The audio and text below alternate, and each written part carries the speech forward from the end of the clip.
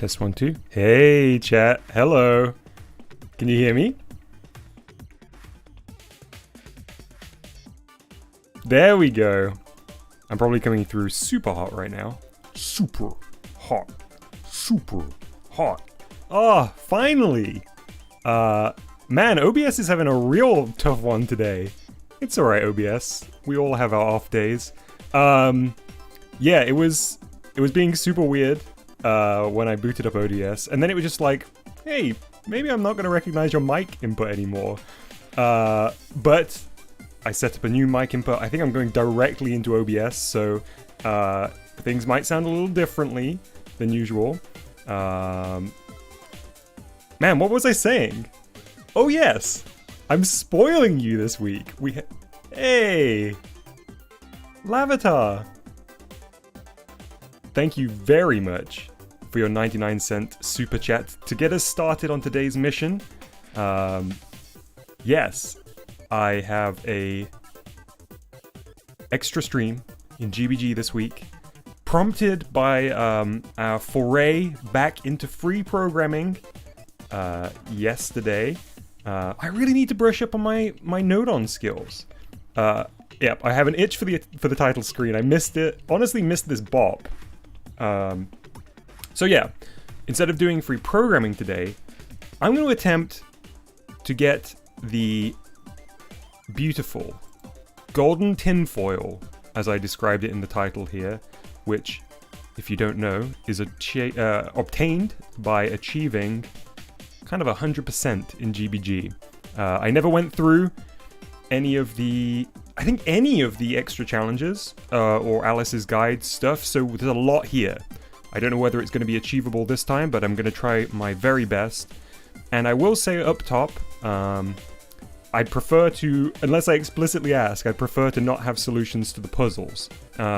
So I'm going to try and puzzle my way through this. I'm going to treat this like I would if I was not streaming, and try and figure things out, because I know we have some extremely big brain chatters who will be able to, you know, with their eyes closed, get through most of these. Speedrun timer on screen. Let's see. If I haven't done any of them, then I absolutely should. But I may have already done one or two or something. I think I even did one on stream. Let's see. Anyway, I started doing hellos before I realized you couldn't hear me. So let's do some more hellos again.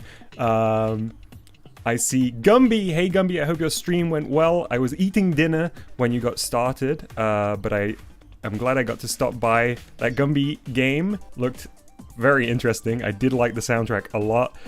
Curbs Workshop, good to see you. Jinjo, hello. Voxy, welcome to the stream. Squally Coin, Not Freddy Killer, Gaming with Griff 596. Shooting Star, Lexi, Not, hey. Lucian, what's the over-under in getting a tinfoil hat by the end of today's stream? We'll have to wait and see.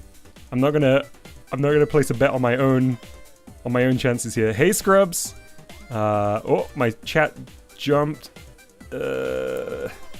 Bori, hello. Sylvie, welcome. Red, Disco, Crazy Snake. I don't recognize your name, so if this is your very first time watching a stream, welcome. Conker, hey. Right, let's get started. Some random gaming channel. I almost missed you, but I caught you just in time. Let's head into the interactive lessons and see what's cracking. So, oh, 50% clear. Is that referring to the extra checkpoints? Let's see. Hey, you know what? I've done more than I realized. I've done exactly half of them.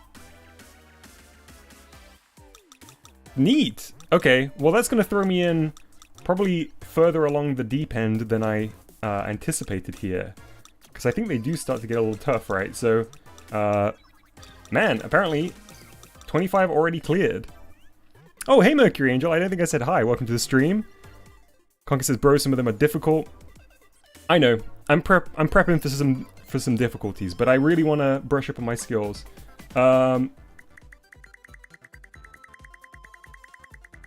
Oof. Okay, there's kind of a few Alice Guide ones. I can't really remember what the structure of these is. Let's start with the checkpoints and go from there. Alice's Guide will be more of a chore. Maybe I do those off stream then. Let's see how I go with the extra checkpoints though. Alright, checkpoint 26, UFO catching is our first one here. So what's happening? UFO has got a cylinder beneath it. Alright, so I'm guessing we want to collect the apple, not the UFO, and then we want to drop it when we get over the top of the person. I'm going to put a pinned message at the top of chat that says, no puzzle spoilers, please.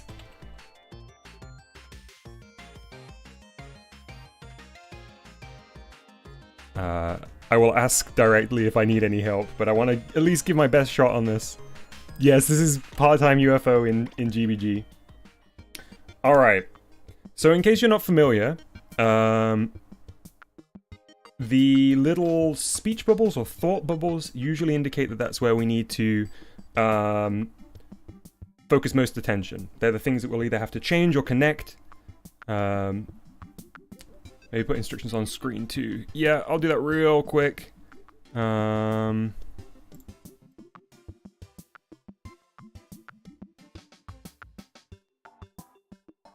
Sorry about this.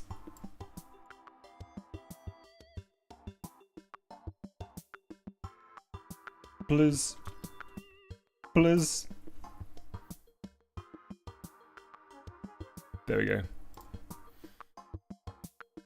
Okay. I've got my mouse here for expert node-on navigation. We've got a wormhole here that's not connected up to anything. That's the UFO, and the logic of the UFO goes through wormholes X and Y, so that's feeding from all the way up on the on-start through those timers, through the flags, with these comments that are indicating the direction of the movement. And the A is actually the thing powering the attract here, which has got Apple and Alien in the settings here. We can't adjust what it's attracted to, so we're going to have to get around the fact that it's attracted to the UFO, the UFO as well, or the alien as well. So I'm guessing, right, output on these can be... It's going to be about how we time this. So let's just try on the first flag, first of all, and see whether that attracts at the correct time. Too early, and for not long enough. So we want to come in later down the line, I presume, and for longer. Still too early.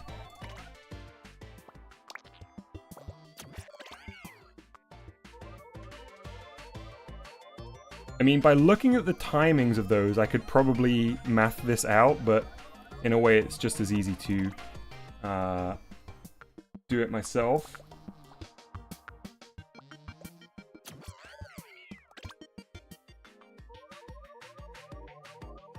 Oh, nice. Gaming with Griff is playing along through Alice's Guide during the stream.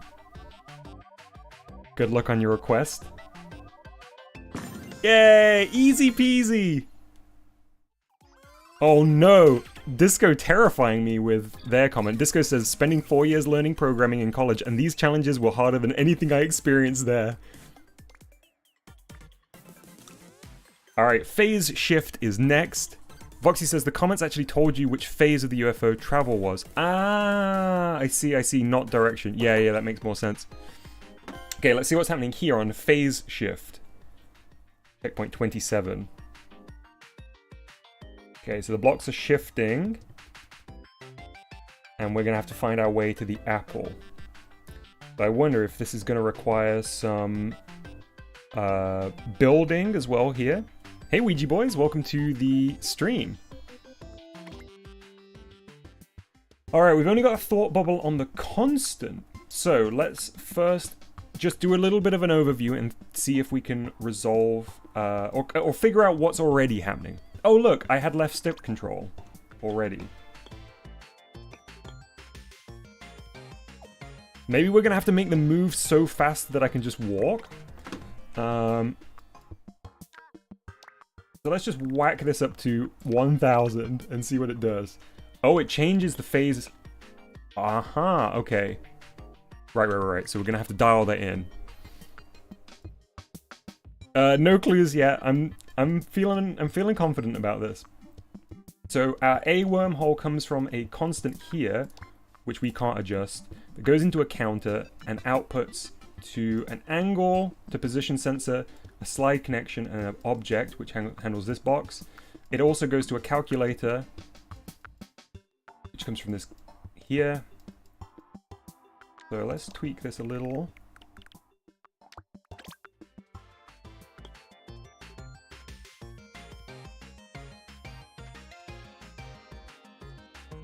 So how do we figure out what the exact timing would be? Because I mean, I could just wiggle this around till we find it, but let me see if I can work that out.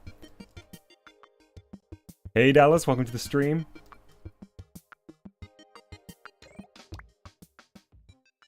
Zero to 360 is what controls the two slides.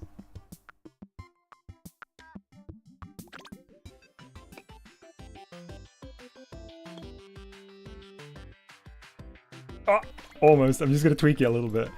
Again, I'm confident that there is an exact way to do this, but I'm going to somewhat cheese this here. Oh, so I'm too far this way, I think?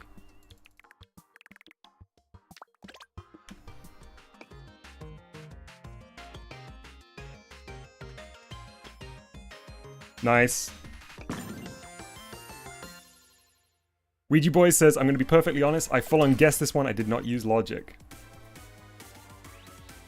I'm waiting to hear the correct approach from Voxy, who says, so the clue was in the title. Phase shift. I think you were supposed to put it at 180. Because it's angle based.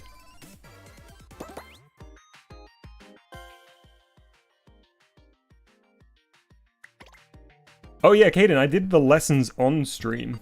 I finished all the lessons off on stream, I believe. Just going back into this one to have a look.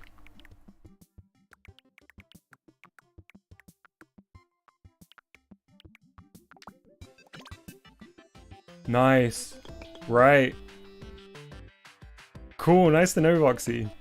Disco says, I kind of wish this one had an explanation from Bob. We've got our very own Bunny Bob in the chat today.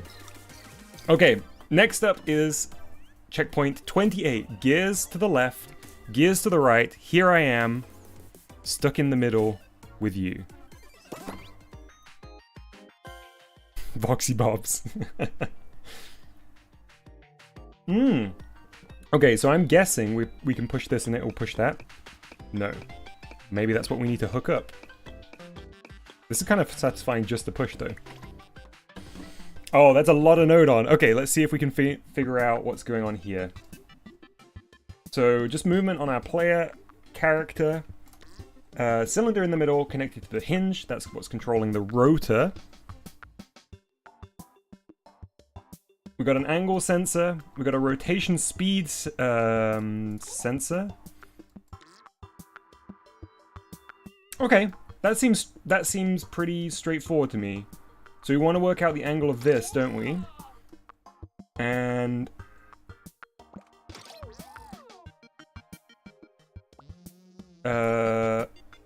go in from the, what would that be? The X rotation?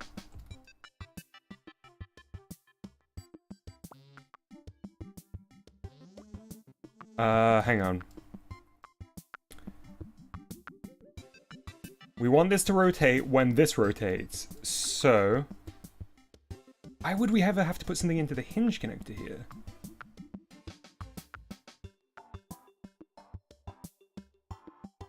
So that connecting up seems correct.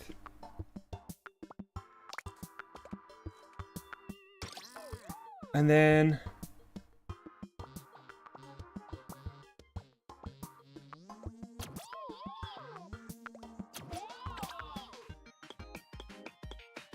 oh, okay. Almost there. Oh, sometimes there are red herrings. Do I sound distressed? That's just my thinking voice. It's when I actually have to do stuff with my brain.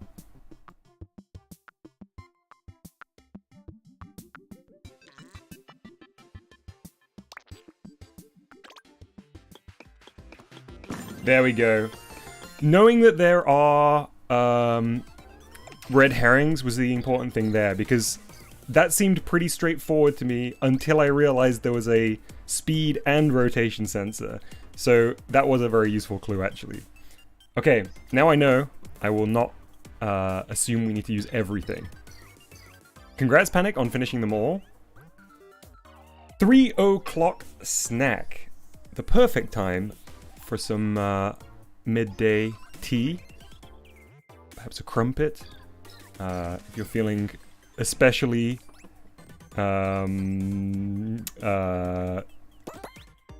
stereotypical.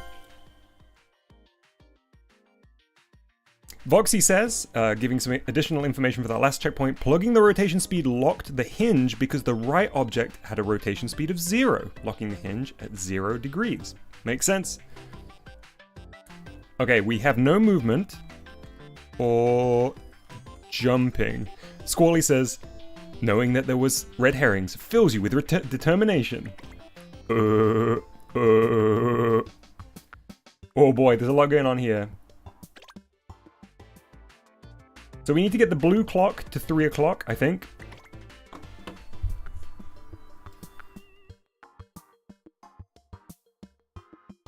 So, here is the clock on the left. There's no logic associated with this. This is just a display.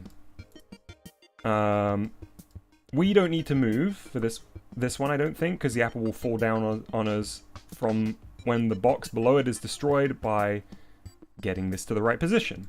Got it? There's our hinge for each of the arms of the clock, I think. So let's just start by connecting these up and seeing what happens. It may be nothing to begin with. Correct.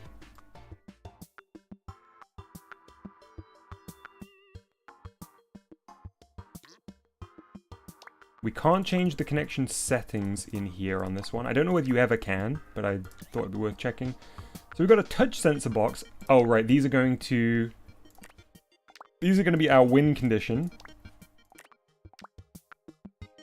So we should be able to see those where it needs to be. And actually, we don't want one of these arms to rotate at all anyway, right? We only want the hour hand. Also, wait, why is it there? Oh, I missed one.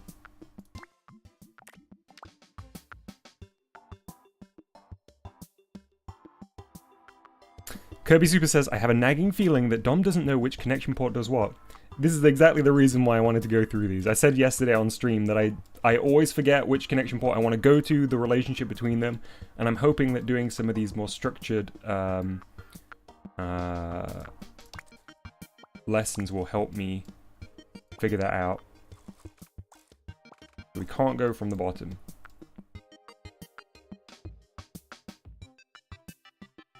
Okay, so what is this? This is a sphere that is bound to another sphere. So that's your anchor, and then that's your object.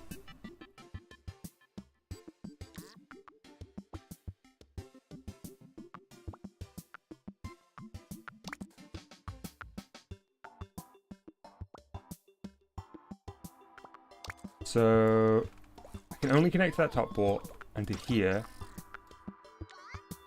I guess we can't adjust that map, right? Is there... There is no settings in that one.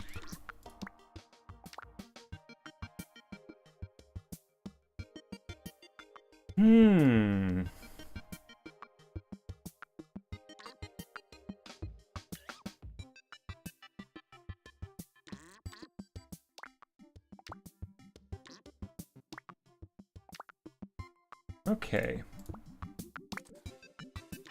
Is this... That's not movable. Oh, right, that's the other one falling, isn't it? So I do want them both connected.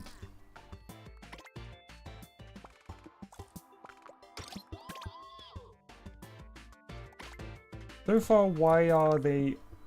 They are movable. Ah, okay. I can change the hinge setting. So we want these to move on the Z, right? Yeah. Y. No, it was Z. Okay, so I messed something else up here.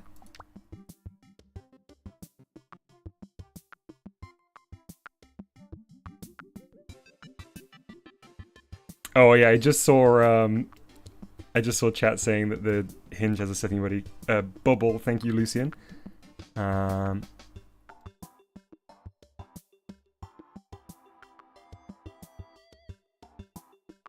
Okay, let me see if I can go back.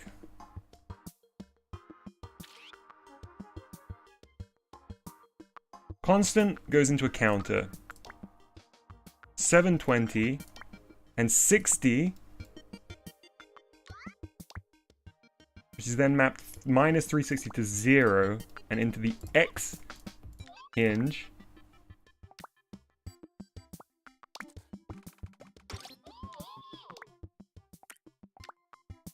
Welcome back, Taffen.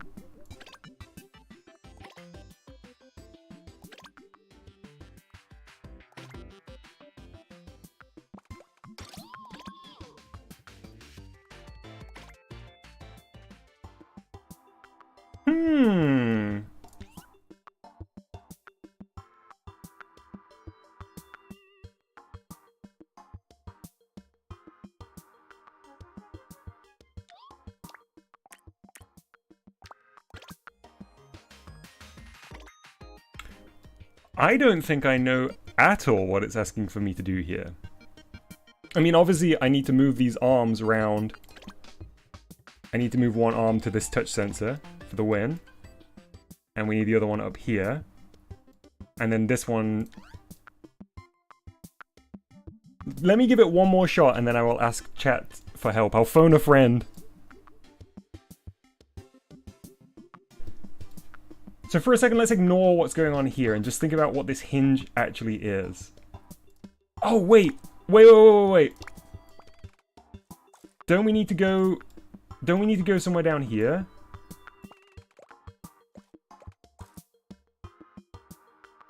Am I hinging the wrong part? Hang on, let me think.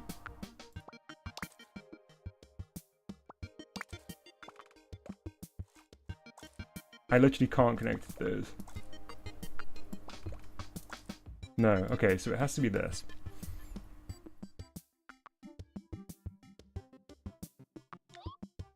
And let me remind myself how hinges work.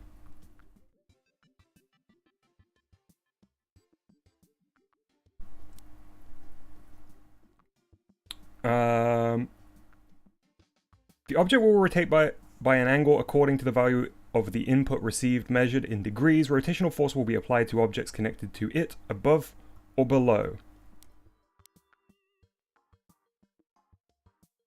So the upper connection port, when connected to the lower connection port of another node on, physically links objects. You can have both the upper and lower connected objects rotate around the same axis. Foxy says, Dom, can I just say one thing? Go for it. But no spoilers.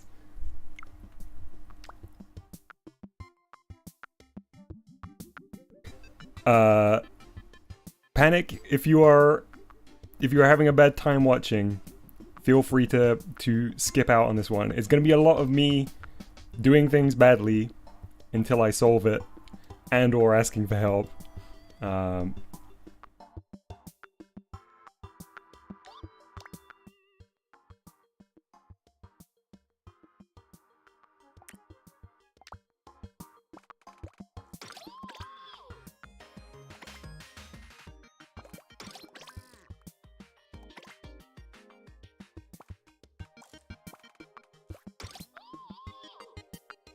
Am I using the wrong port here? I will make it clear when I require assistance. Don't worry.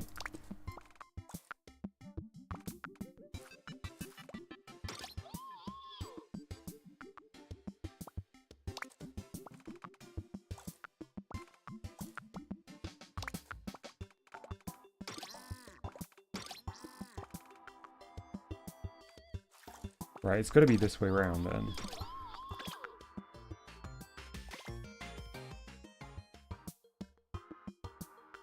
The top port of the parent object plugs into the bottom port of the child object.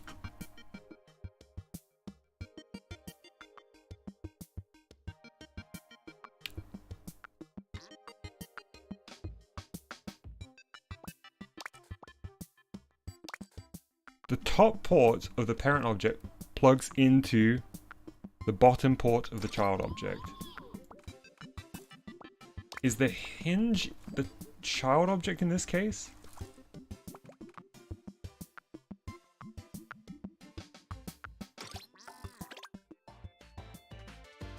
I guess I actually don't know. Let me see if I can study the build here, because I don't think I actually know the relation of these objects.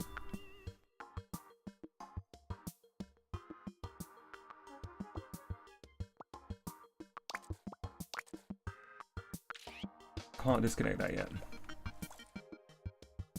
And I can't connect into that one. So that's...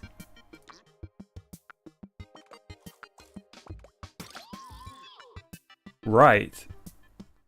Dumb thinking about how a clock is built. Okay, that might be the thing, right? So now... Okay, good.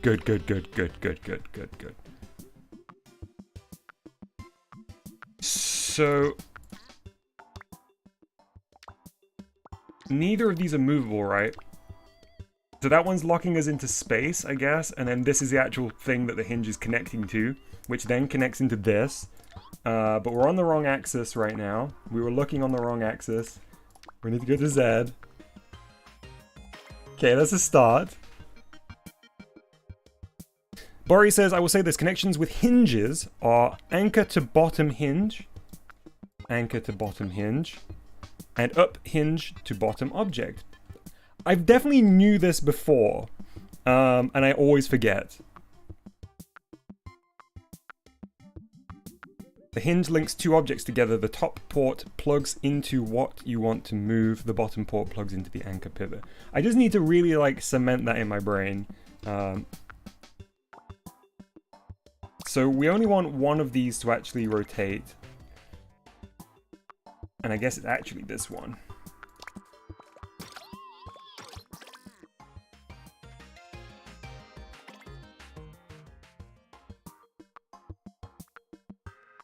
Right? This is called 3 o'clock or something? Yeah, 3 o'clock. So do we need to make it stop?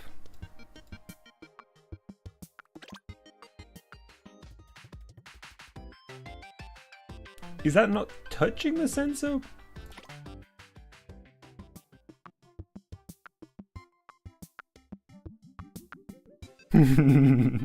It's 3 AM, make it 3 PM. Oh.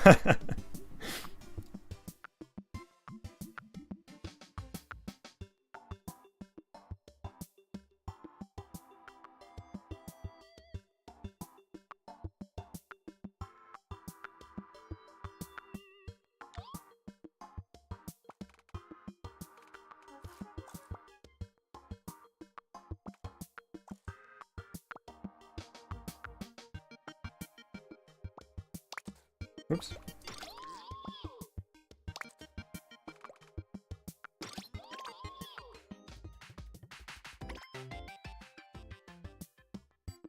See you, Conker.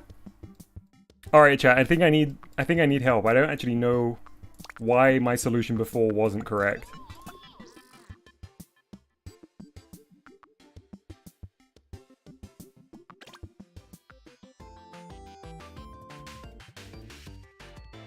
Use both hinges.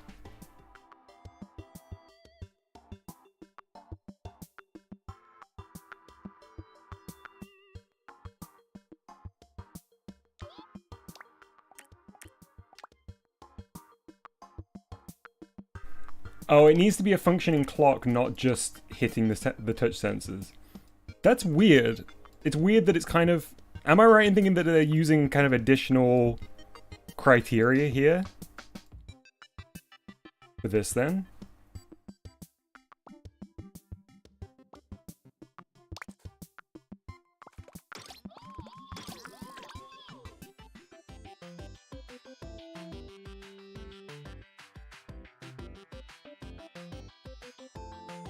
So this will be it. So it's not simply... Oh, right! No, it's because the other touch sensor also has to be triggered. Right. Yeah.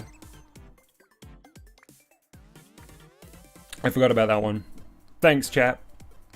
Alright, we're moving on to number 30, which is Apple delivery.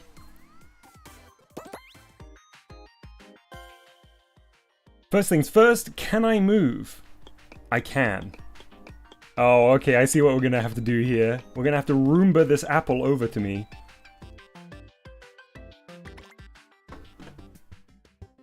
Okay, so don't need to worry about anything going on with the person, or this, because that's just the arena. Our puzzle complete condition is the apple object is broken. And now we're gonna have to just, I think, adjust maps to get the box to where it needs to go. So first it needs to go higher than it did, right? Okay, so how is the box movement being handled? We have a constant of 1 that goes into a counter. Once... Right, that's the first thing that triggers. So once we get to 60 it stops, it moves on to this one. And once it gets to 60 it stops, which moves on to that one. So the map here needs to be adjusted.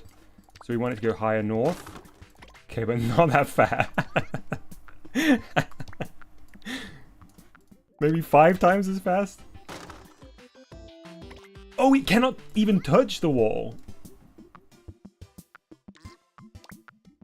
Where's the break condition? Okay. So let's just tweak this until we go... Okay, almost. We need a little bit more pizzazz.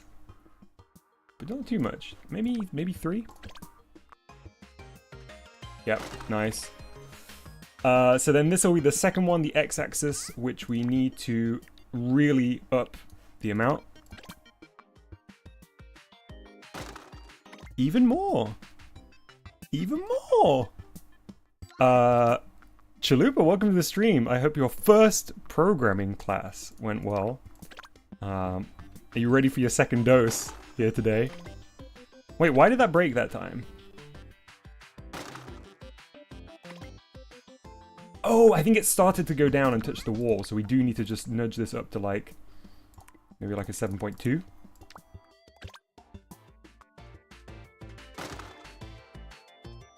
By the way, each block and white wall is exactly 1 meter wide. Aha, okay. Right, it's a measuring tool as well. So that first one really should be 4, I guess. Is it? Oh no, just 3. I had it right before. Alright, so in that case, we need to go 1, 2, 3, 4, 5, 6, 7. I think I have it on now. I had it on 7 and a bit. And then we need to go 1, 2, 3 actually on this last one.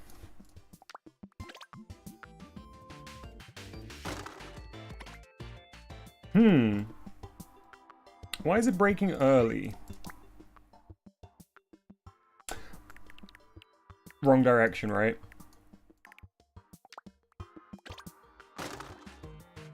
Eh?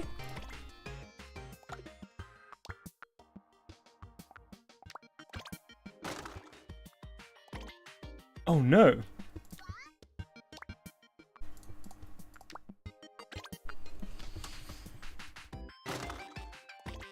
It's breaking because it's touching a wall.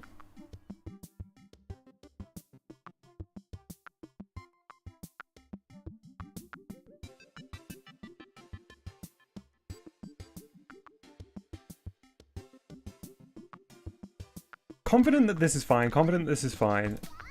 I thought this was as simple as reversing it, but when I do that, it moves at the beginning.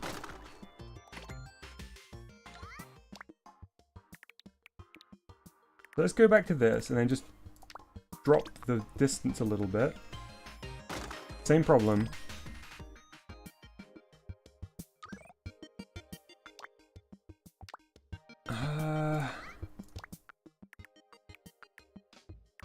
Not going to be that, is it? No.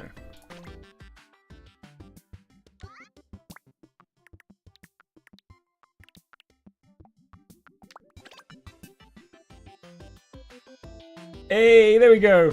Okay. All right. So I needed to set it to minus and reverse. Hang on. Let's just jump back into that one because I want to really figure out why that was happening. So what's weird to me? Could anyone in chat explain why when I set that to minus, it is changing the location even before the constant has met the comparison here? So when I change this map to, like, -3 to 0, why does it offset the position before it reaches, like, the third stage? Because that's how maps work. Okay.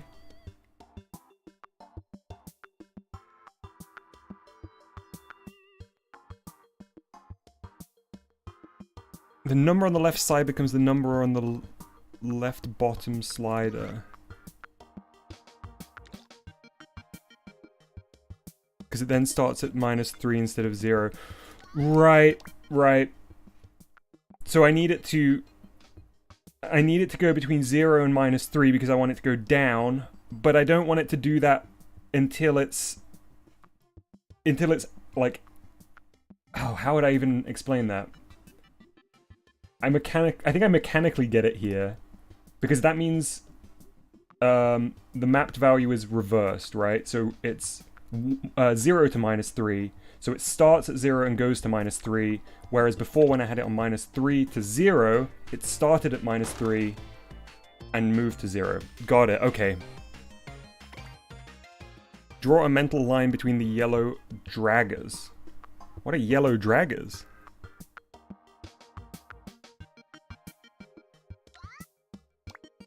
Oh, you mean these? You mean these things? Yeah, I've got it now. So the inversion is because we're inverting which value is the starting point. It starts at the lower, we're changing it to the higher. So it begins at 0, and it moves -3, which is down. Yeah, got it. Nice one. Good! I feel good about that one. I should be keeping track of my weaknesses. So far, hinges. Hey Lexi, I saw your message. Please don't keep sending it through. We already do have Voxy, who is the honorary Bunny Bob, in chat today. Hey Arch! Good to see you. Beyond the wall. We're heading north. Beyond the wall. In seek of an apple. Okay. Oh, very simple. So, I mean, very simple setup here. We got movement with the left stick, jump with B, and a Y button to trigger a launcher box, and a location sensor here. But only the launcher has got settings.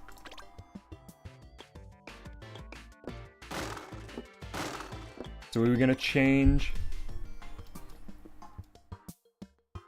Oh, the location sensor's in the game screen. Interesting. Okay, let's see which settings we can change. Caden, please do not spoil the puzzle solutions, because otherwise this won't be especially fun. I pinned a message and I put text on screen to try to remind people not to spoil the solutions. So right now, the launcher is visible, solid, movable, destructible, and destructive.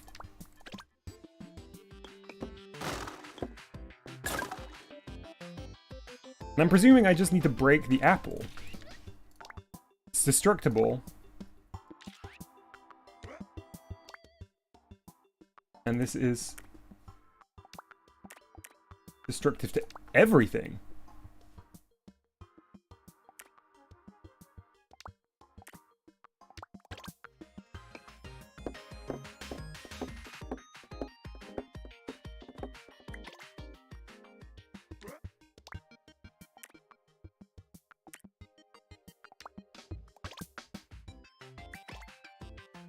I just need to launch him up. Let's see.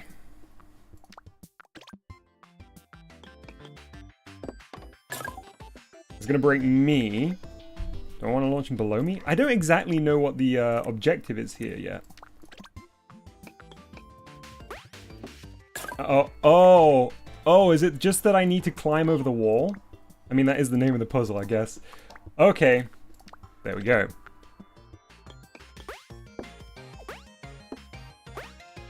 I'm heading north. Over the wall. Okay, but right now it's not very stackable.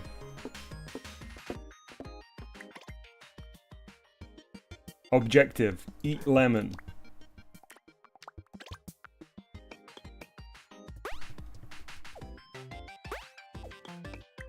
Reset.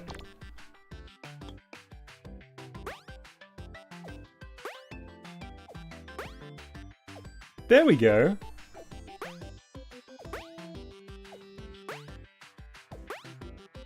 Can't wait to eat that delicious lemon. Oh no! Well, drats.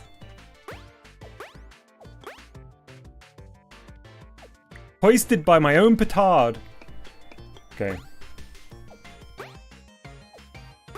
Jump and press and jump and press and jump and press. Dom's other weakness. Extrapolating data from the title.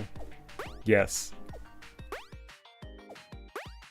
Chalupa says, I'm always amazed at how good Dom is at messing stuff up. Thank you, Chalupa. I'm glad to see my skills are appreciated. Let's go!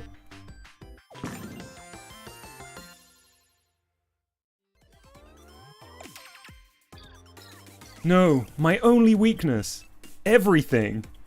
Alright, next up we have checkpoint 32. Shoot 'em up, sensation. I will make a mental note that this is the title of this challenge.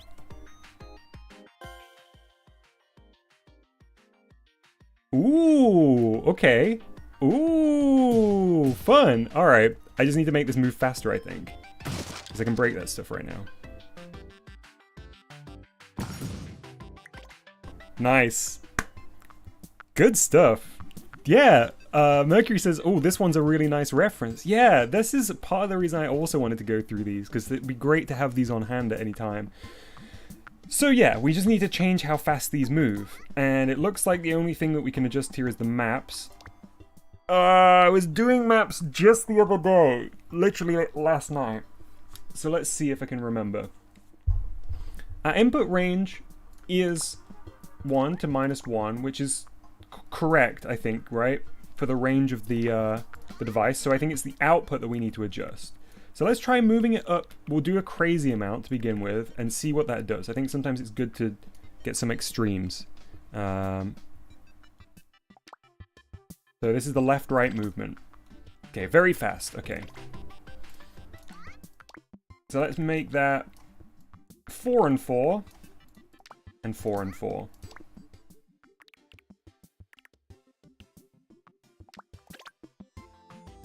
Still much too fast. 1 and 1. I guess this is less of a puzzle and more just kind of getting you familiar with this relationship, I suppose. Pew! Okay, this is not optimal movement, but it will get me where I need to go. Oh no! There we go.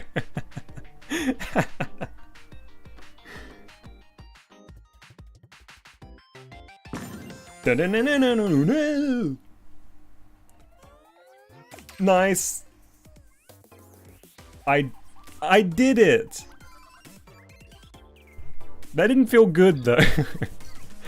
I didn't find a nice, comfortable value there. Okay, next up. Post-screen subspace. Very exciting title. Oh, it says FPNB, First Person Nerf Blaster. Alright, I've got jump on B, movement on left and right. Ooh, we got some teleportation.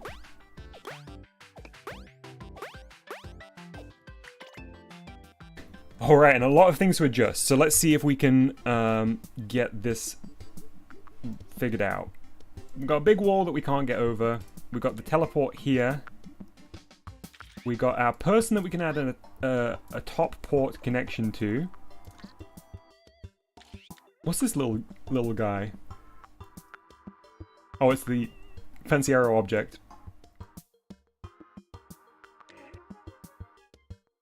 So the teleport entrance is along the entire vertical height of the level, and the exit is across the entire height of the level here. What is this? What are you? Just a little box. Just a little guy. Oh, we got a hinge, or a slide, excuse me. And a location sensor. So we're gonna have to move this box up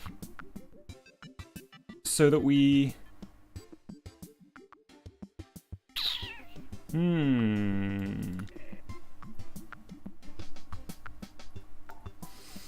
Let's see.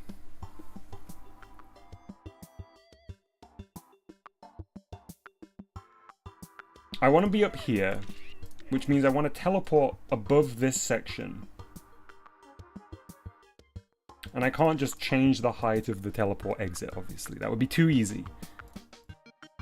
So instead, I'm going to have to use a Y hinge to move it, presumably this, up.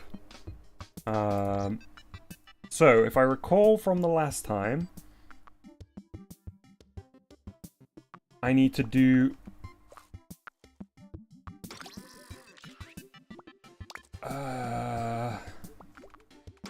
Is this object locked in space?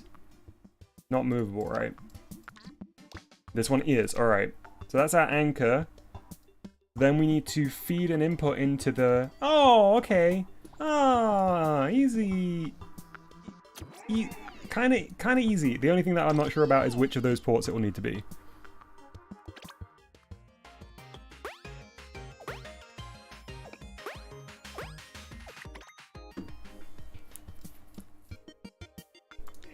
What is... Oh, wait. Oh, that's just to make that visible if we want to. Huh, so why did that not work this time? Let's see. Are there settings? There are settings on this that I can change, just to make it visible or not.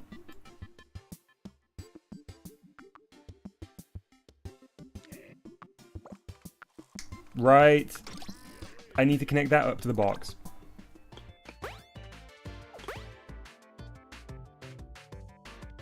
No.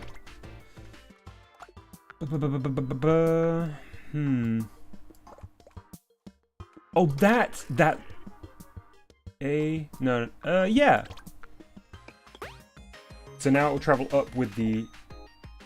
No.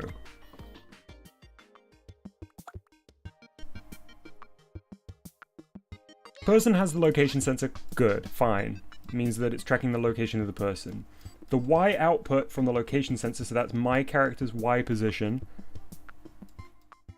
is feeding the slide connector, which is a Y slide connector, so it will move up and down. Now, that connection is a top connection from the object box. So that should be in here, because this is the one that's moving.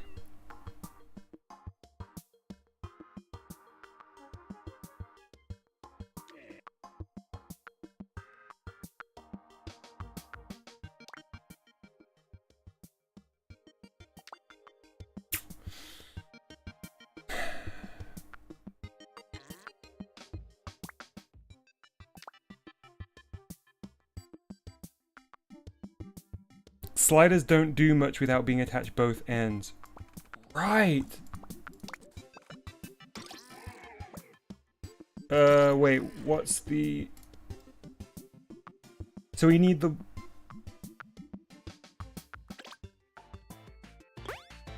There we go. There we go. Yep.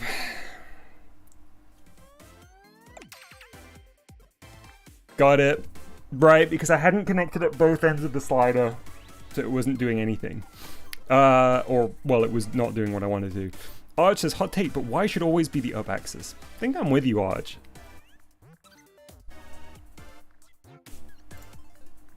Hey, IGS Gaming YT, welcome to the stream.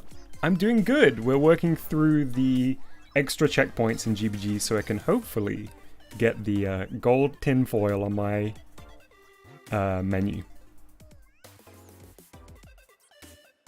Panic, you have been told, well, chat has been told not to spoil any checkpoints. So please don't. It's all I can ask, that you please don't. What's your favorite checkpoint so far? Well, I'd forgotten that I'd done some of these earlier ones, so I don't remember anything from those, but I think maybe the apple delivery? No, I still don't have the gold tinfoil. I've still got, 34 onwards to do. 6 minutes per checkpoint. Good pace. That's cool, Lucian. Nice quick maths there. Feeling good about that. Let's move straight on to 34. Which is apple excavation. A delicious fossilized wall apple. Okay, we've got a person with a cylinder volume around them. And I can jump, which seems to break the blocks. Well, actually I can spin, which seems to break the blocks.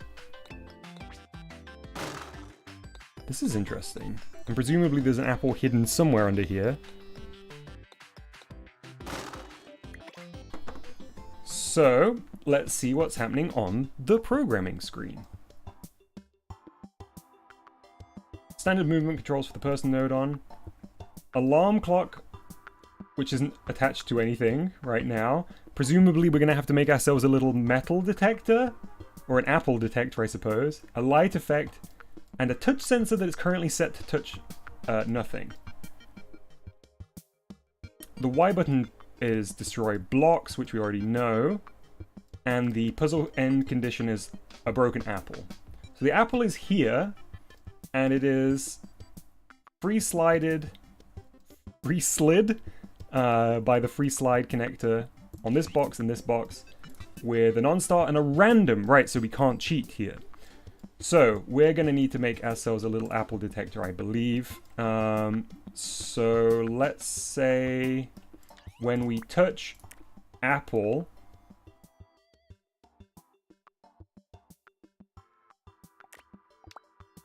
should they have made this alphabetical? I feel so. So when that triggers, we want to play these. I think that's it.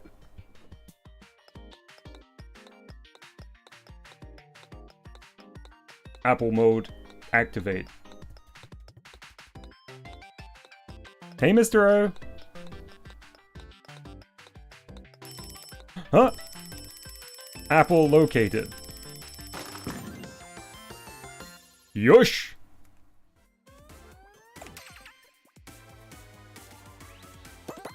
Oh, I didn't mean to click into the next one. See, that kind of stuff's...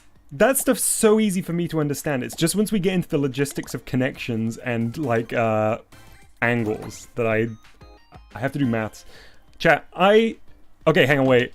Here we go. Wait.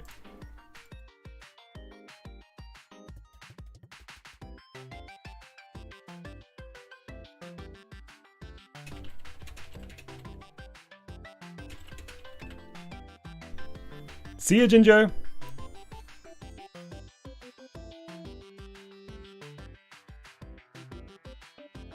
Hey, chat. Without going into the programming screen, will I guess the location of the apple on my first attempt here? I will have one go and one go only. There are what? 1, 2, 3, 4, 5, 6. 1, 2, 3, 4, 5, 6, 7, 8. 6 by 8 grid. Will I guess it right? The maths are not in my favor, but I've got one thing that even maths cannot handle. And that's the belief in myself! That's right. The poll is, yes, a 1 out of 48 chance. 2% chance is pretty bad odds. I like those odds. You can increase the odds by breaking 4 at once. I will not do that, Lucian. I will be playing by the rules here. We've got a 50-50 split. 22 votes.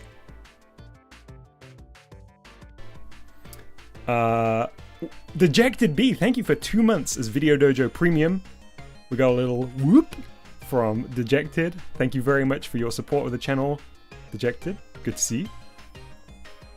50-50 chance. All right. I'm gonna leave the poll open until the very moment. No for realsies tries, Disco. I'm literally doing this exactly once. All right. I need to. Where feels good? I'm like a hound dog. Ooh, this feels pretty good. This feels exceptionally good, actually. But I like this one too. Hey.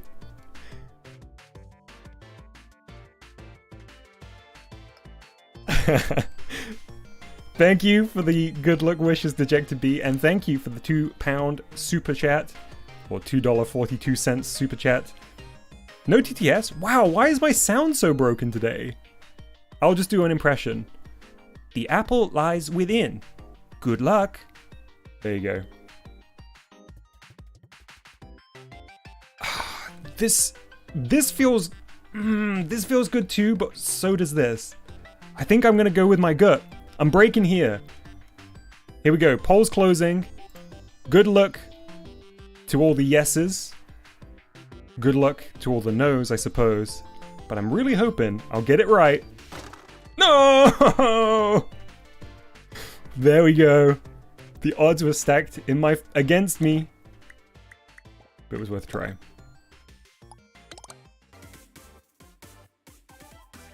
Let's move on to 35. Fluffy friend.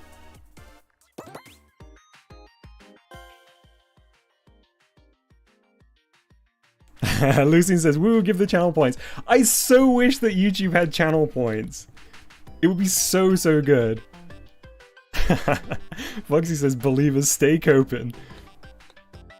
Alright.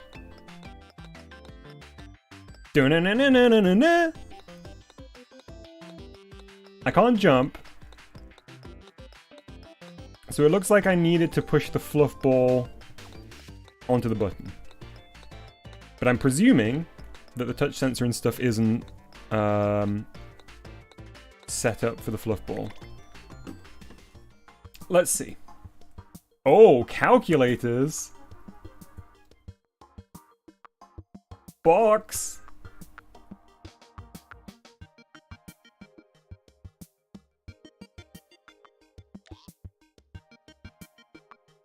Oh, wait.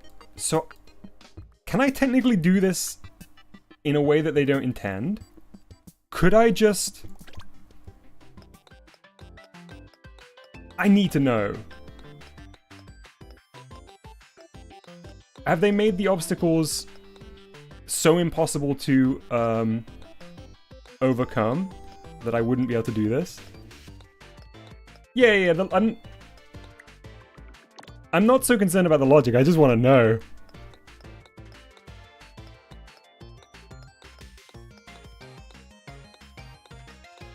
I mean, maybe I'm concerned about the logic. But I have to try. Don would rather wormy this than connecting the boxes, shake my head. I mean, I've been training.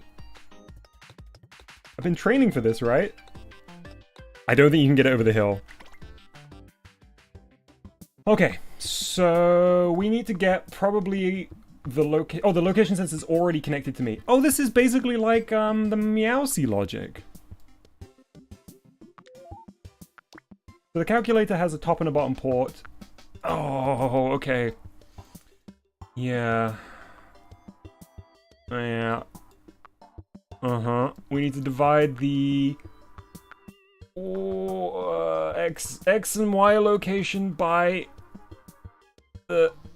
the X and Y location of me.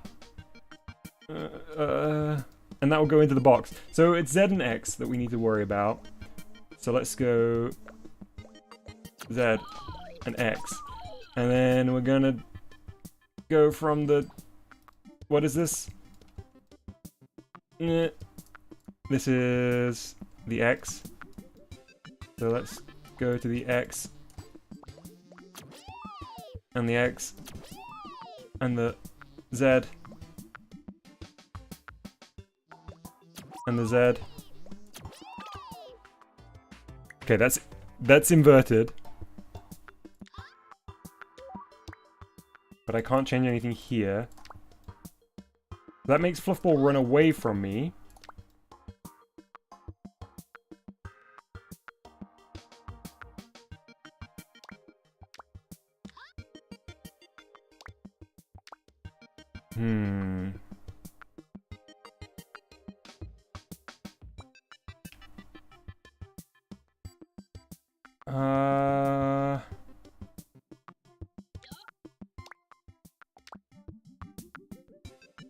So we need to inverse what we're doing right now. X. Oh! I connected up wrong. That's all.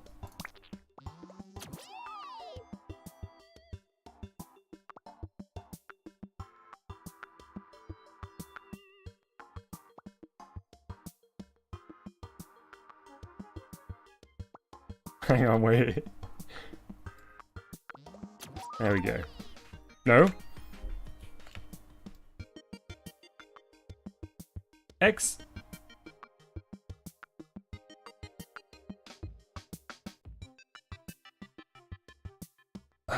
Wait. X. So this is our X calculator. We've got X. Does the order with which you connect these matter?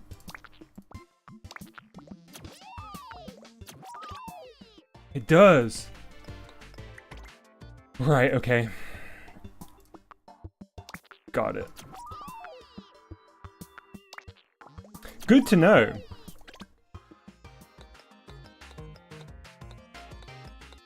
Now we're cooking.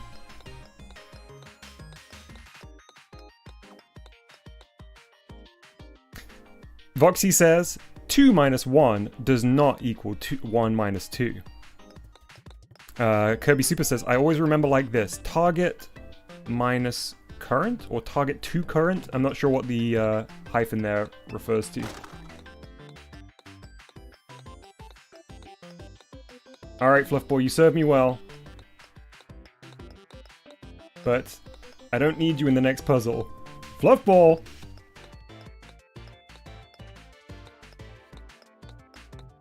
All the apple for me. Minus, right. Target minus current. Long live the king. Shoot! Checkpoint 36.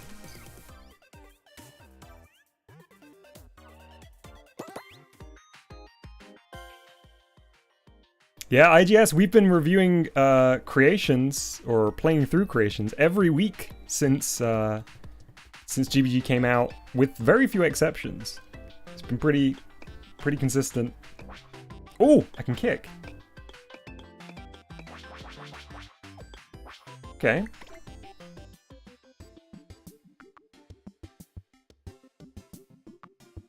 So the apple being broken is the win condition. Oh no, hinges. Y button plus a minus 0.80 constant goes into a calculator. Got a slide connector here. We got a block and a fancy object. You destroyed your faithful fluffball faster than any test subject on record. Congratulations. Fluffball did threaten to stab me with a foamy knife, of course. No plans to have a fixed stream schedule at the moment, Taffen. My schedule's a little all over the place outside of YouTube, so it's more a case of when I can, I will.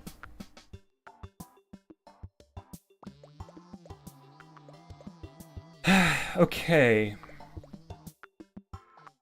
So...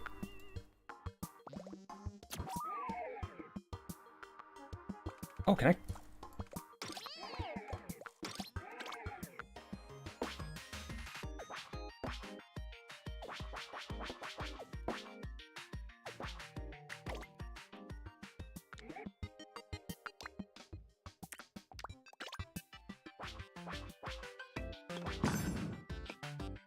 Is that was that what it's...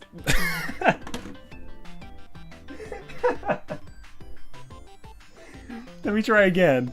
Is that what I was meant to do?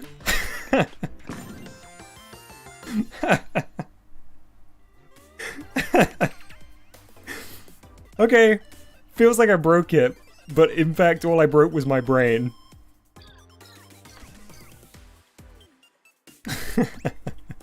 Nice. Easy. Simple.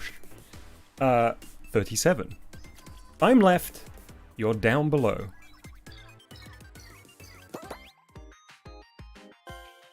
Oh, is this gonna be a control two people thing and I need to, like, translate the... I don't know. Translate the inputs? Both buttons need pressing. Alright, red. I'm doing an experiment.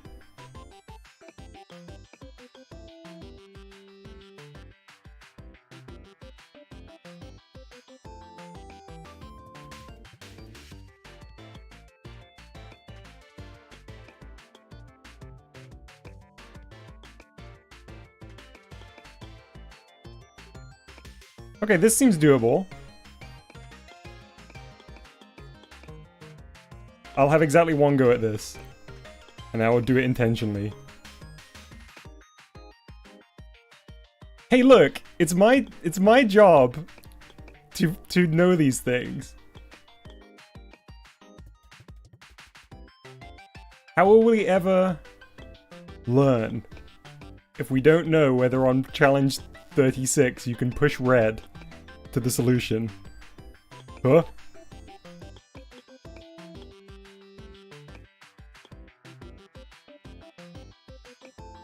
I get the feeling this is doable. Voxy, I'm becoming good at programming by knowing whether Nintendo programmed in a block for this.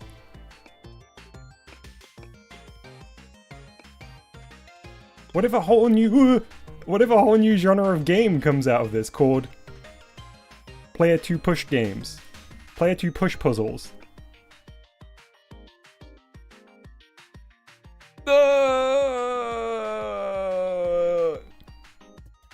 Gone. I think that would have been doable, but let's do it properly. Push Mo reinvented. The red player's name is Mo and we do have to push him. Okay, so I was correct. We need to invert the inputs.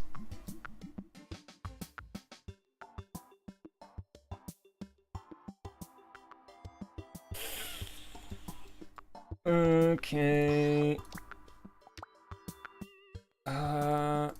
8. Excuse me. Well, first things first. Let's put these into... left and right will need to go into the...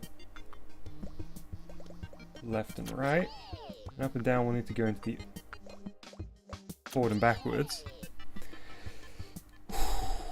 And... up and down is fine. Wait.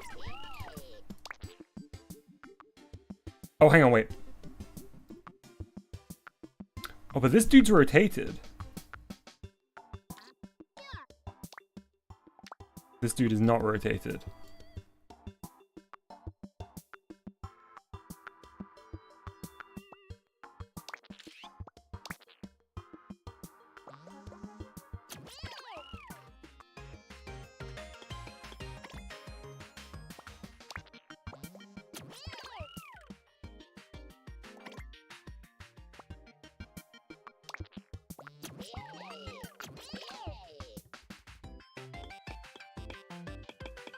Okay, good start. Do I also... Okay, also good start. Alright.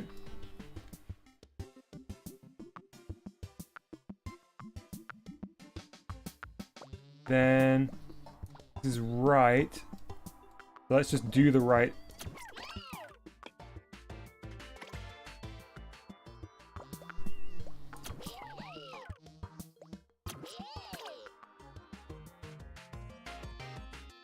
Okay, there's our problem.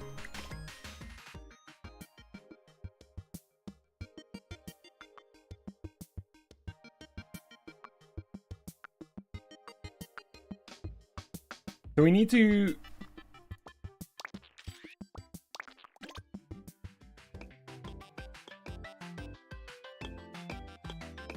We need to move down while I'm moving left here. So... Let's do left, right, into the down.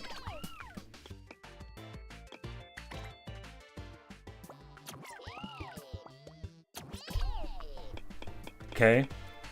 Then I need to move left when I go down. So... Left and right. Uh-huh. Then... Uh-huh. I may have desynced myself too much here to successfully do this. Oh no! Oh no!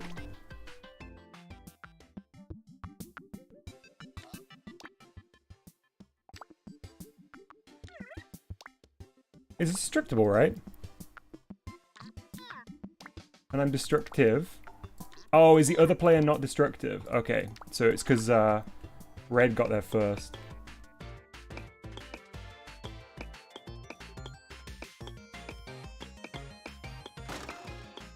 Red, don't be like this. Red!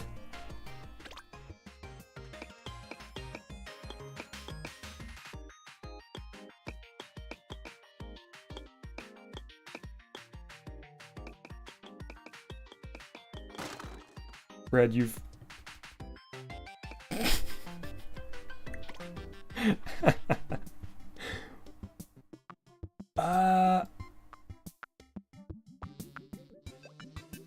If I just do...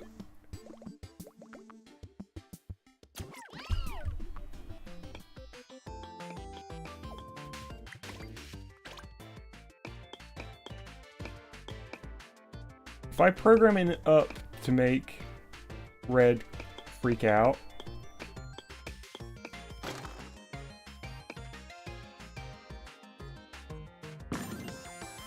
Okay, I managed it. I cheesed it. Hey Poke Charles, welcome to the stream.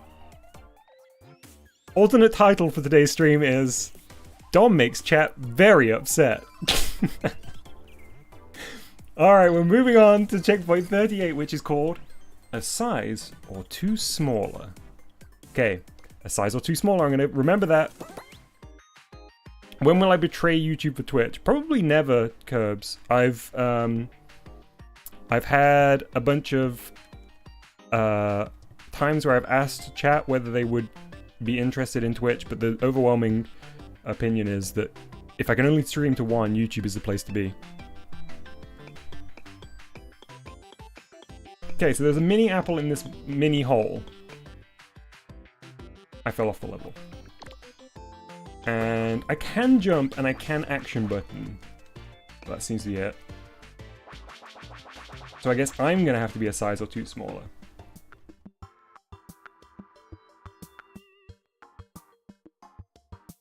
YouTube is definitely better for keeping VODs, says Mercury. Yeah, because otherwise I would just be uploading the VODs to the YouTube anyway.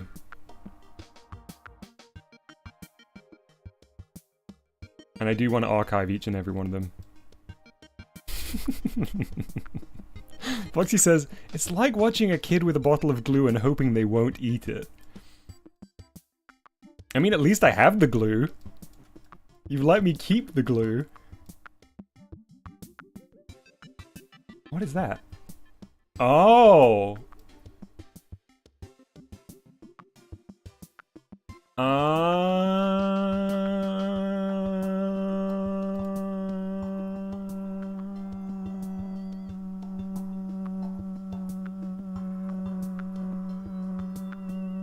Okay, I figured it out. So I need to teleport the little guy to the same place as me.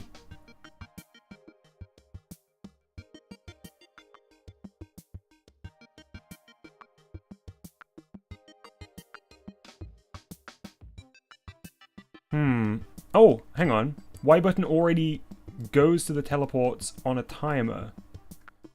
So wormhole exit.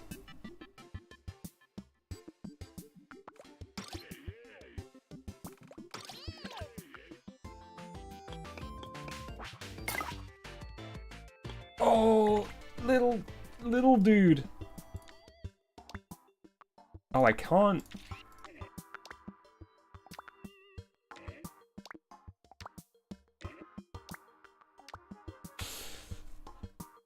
Can I change whether I'm destructible or not? No.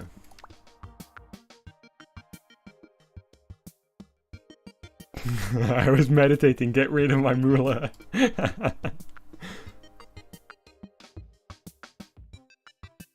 Ah, there are two teleporters. Yeah, I didn't really pay attention to that.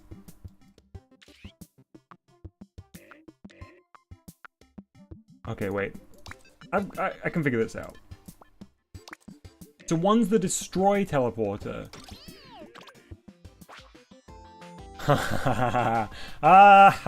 Okay.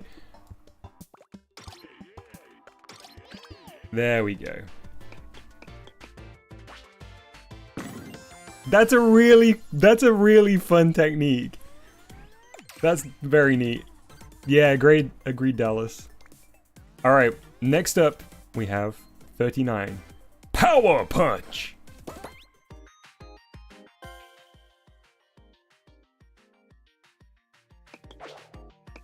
Ooh! Is that like a super meter? Okay, so the apple was over here, and we had two boxes in the way which are destructible.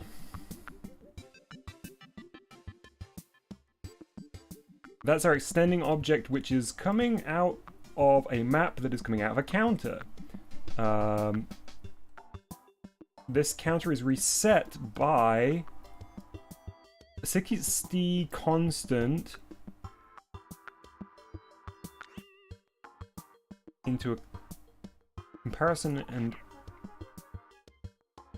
Eh? Eh?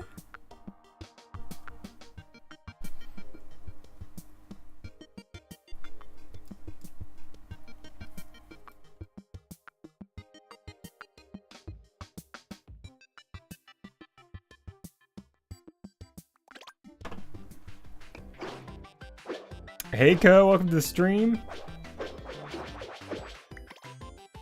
I guess I need to break the boxes after...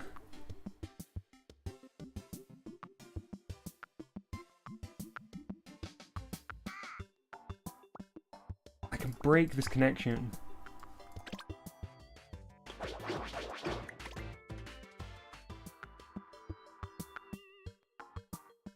But I can't break that connection.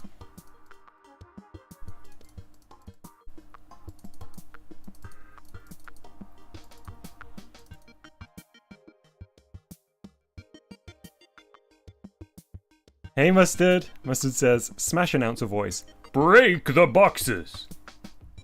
Which is exactly what I'm gonna do. There is an and here that I can connect to something else.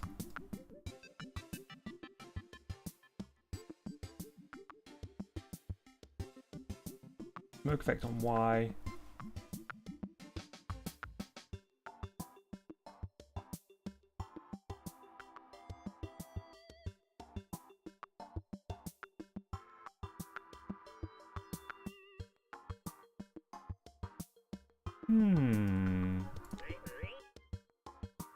What else would it... Oh!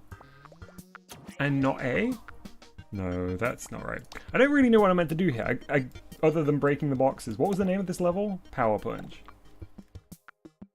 So that's just a visual representation of how much power I've built up.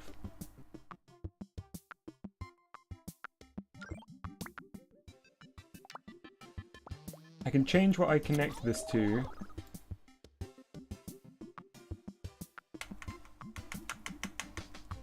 If I press Y a bunch of times...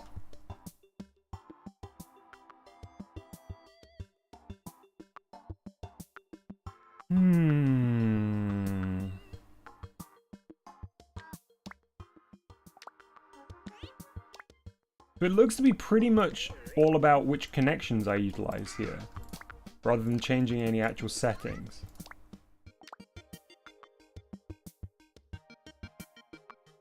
But the only thing I can remove is the knot. All the other connections are fixed.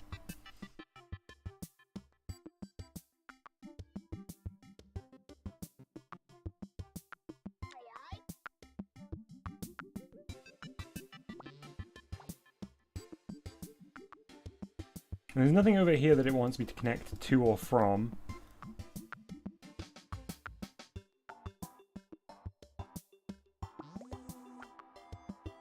I mean, everything would be solved if I just went into the destroy, right? This has its connections. This already has a connection in and out. This has a connection out. This has a connection out. This has a connection in and out. This knot's not hooked up to anything. Because it had a connection, but I deleted it.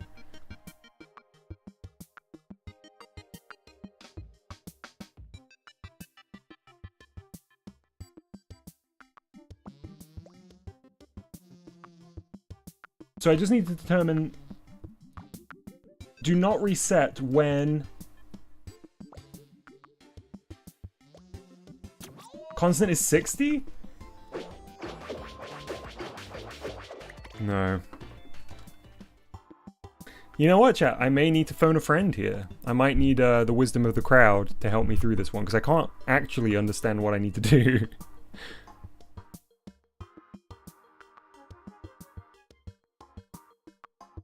The meter at the top is a visual representation of when I've reached full power, right?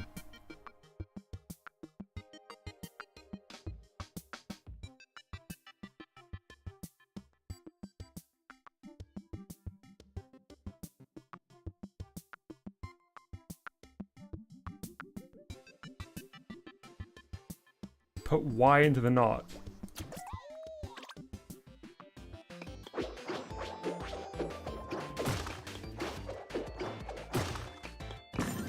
Why is there an arrow pointing up here? Oh, because that's showing where we need to meet. Okay, let's go back in and actually figure out why that was the way it was.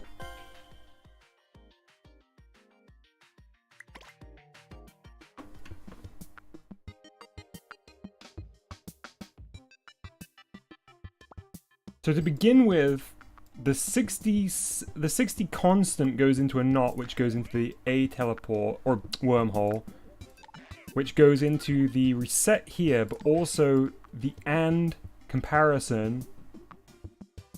Yeah, Voxy, I would love an explanation. Boris says the puzzle is that you need to get 60 power to break the block. No, I think even if I continue to stare at this, I probably wouldn't figure out this one, because I don't truly know what it's really wanting me to do. Because we were increasing the power bar incrementally before.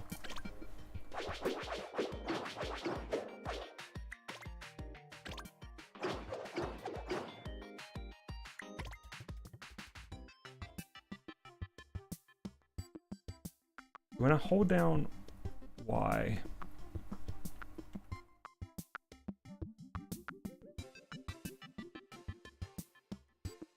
zoom in a little bit. I hold down Y, the counter reaches 60.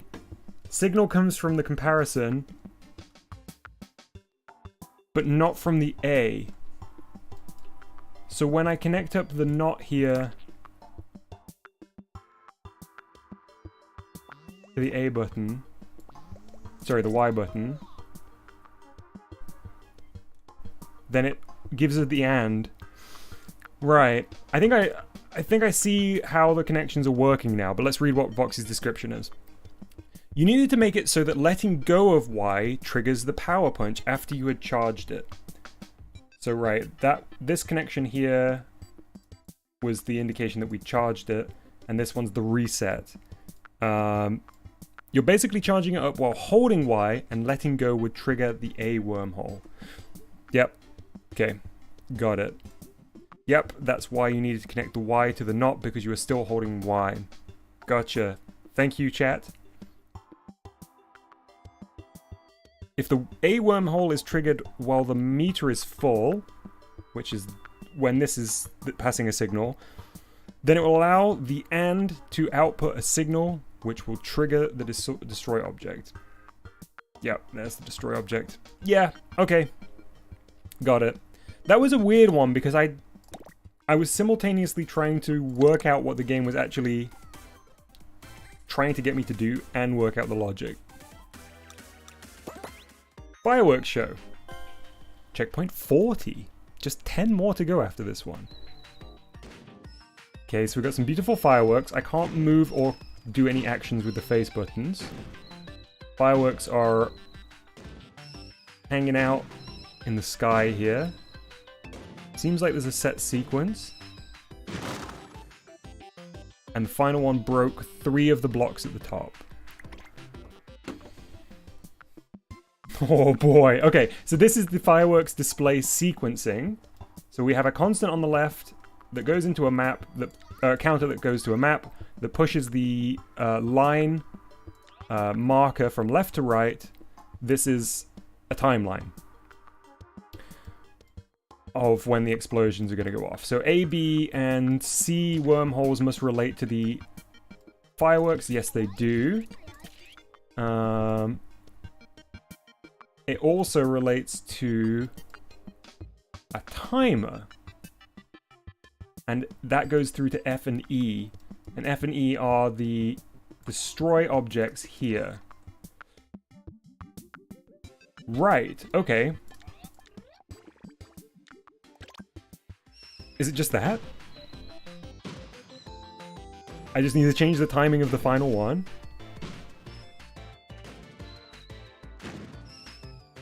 So that all 4 trigger at the same time. Find out. That was not a level 40 puzzle.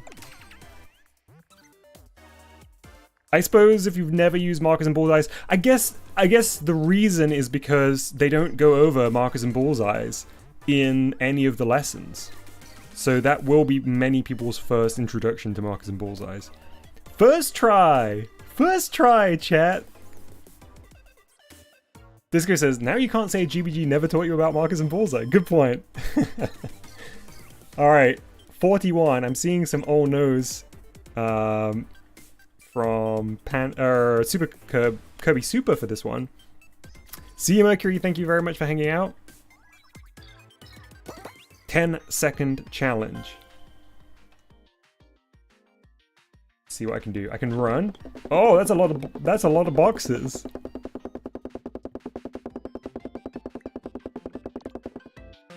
I can't jump, but I can punch. Oh, do I need to mash?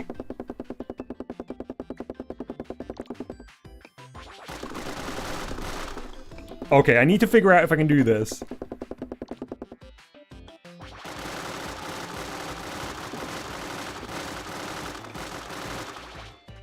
I think maybe I can do this.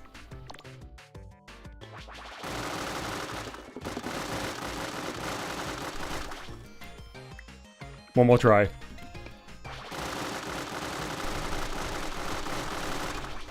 I just get Z-axised. I mean, I know I don't literally have to... I know I don't literally have to cheese this one, but I want to know.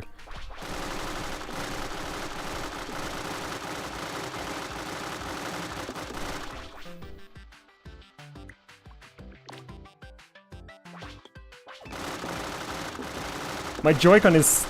Oh! Oh, I almost had it!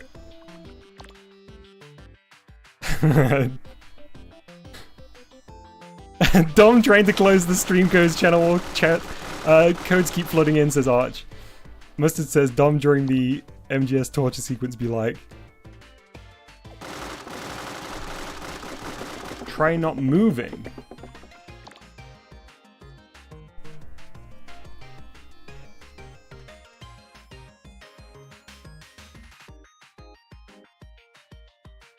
Hey Zane, welcome to the stream.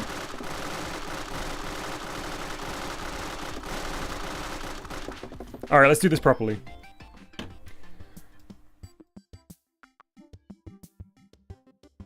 Oh, try not moving while punching. Oh, do you just need to survive for 10 seconds?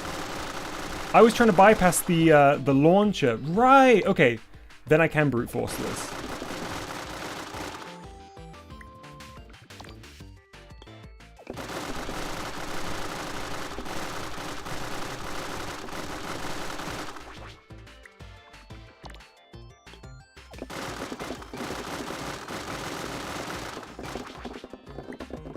Just go slightly forward.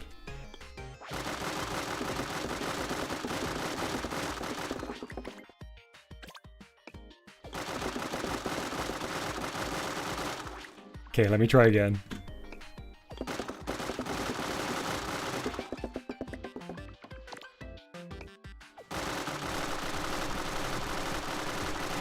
Oh, almost. So I need to move forward a little bit. There we go, that's it. Oh no, not quite.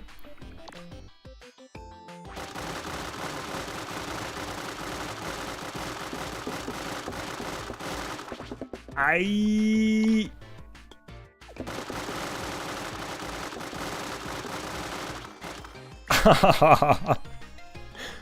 want to cheese this now. I really want to cheese this now.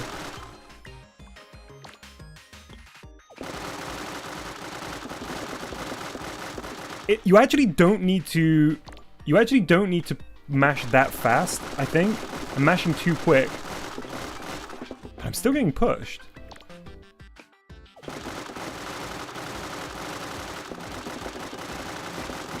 So maybe it's something like mash, mash, mash, mash, mash, move, mash, mash, mash, mash, mash, move. But definitely not the same at the same time.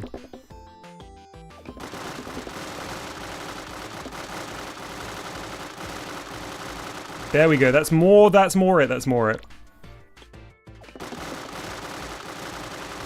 This will be my last attempt, this next one.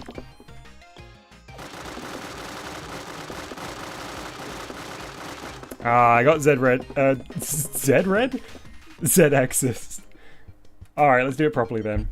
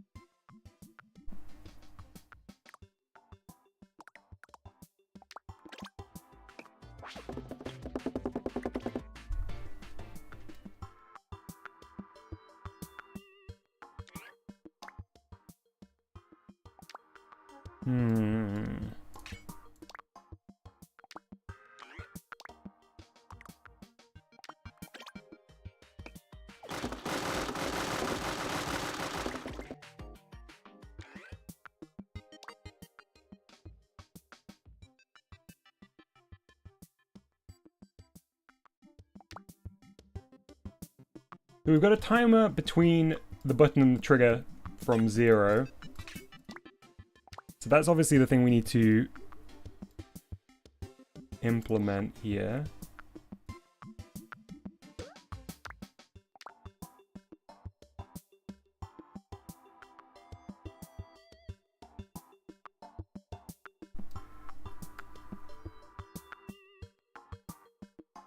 That's all we can change, isn't it?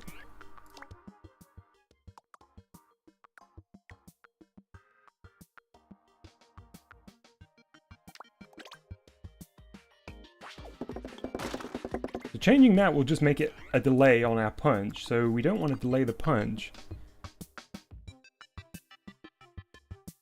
Do I remember what happens when a constant input is sent into a timer?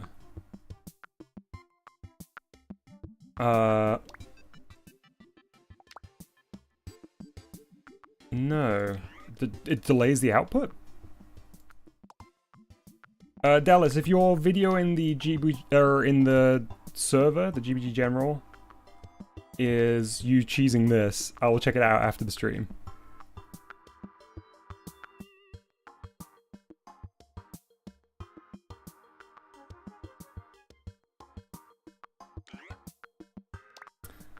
Huh.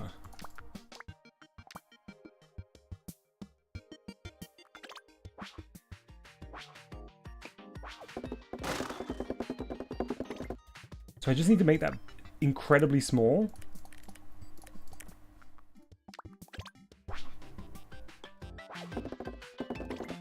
No.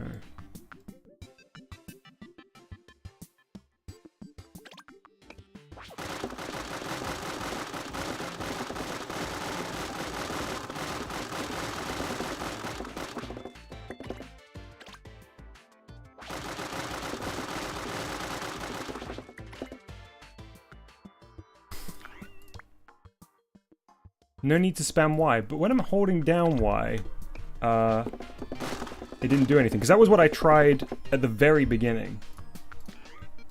Smaller still. Can it go that small? Oh, I guess it can.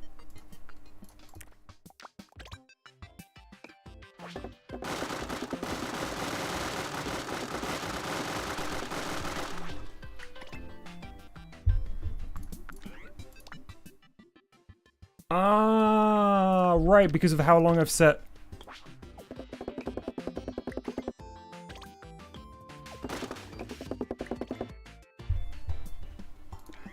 Huh.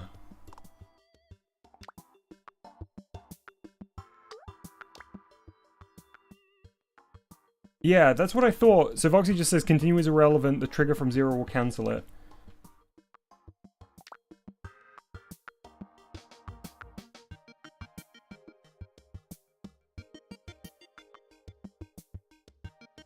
Just need to adjust the delay.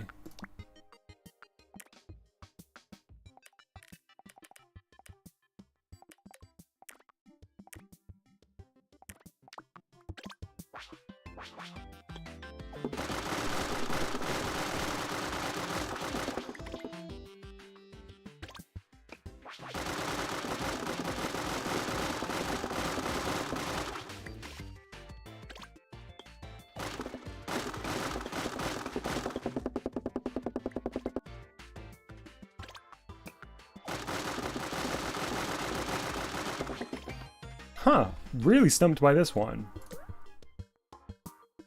When I try and hold the button, it doesn't do anything. So I'm like pressing at a slow rate now. But when I hold it, it doesn't do anything.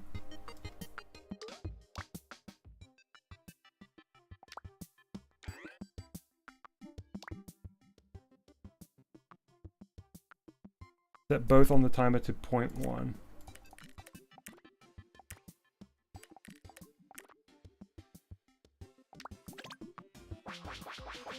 There we go. Thank you, Bori. That's now allowing me to hold.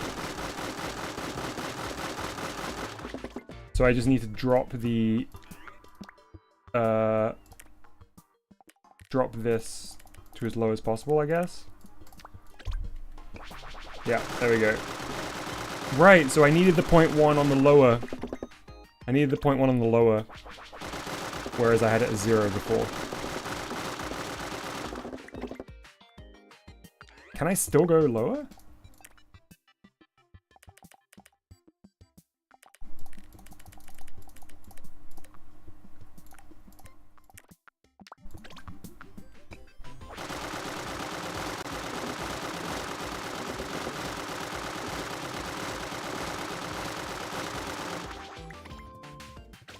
Make the bottom one the same amount. Right, right. Wait, but I think when I did that, didn't it break the... Oh no, that was when I had it on 0. Okay. Thanks, chat. Oh, look at that animation!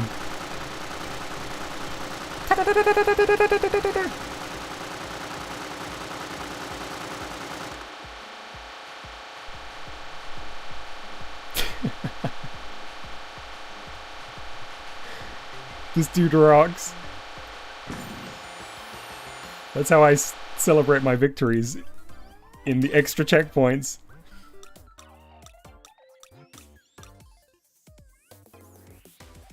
Disco says, wait, what was the solution? 0.000001 in both halves. Metal Gear Solid 5, The Phantom Apple. Or should I say Mustard Gear Solid 5, The Phantom Apple. Let's do it. Lucian says, who would win in the ring, Lario or Blue Person? If Blue Person was souped up like that, I think Lario would be in for a real fight. Okay, so no collision on this apple, it seems. I've got nothing on the face buttons, but I can move left and right.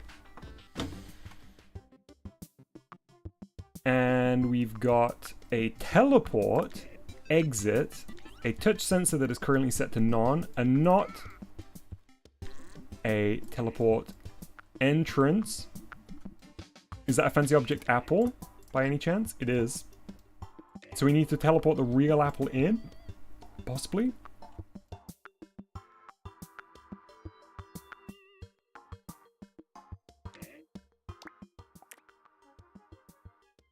Let's see.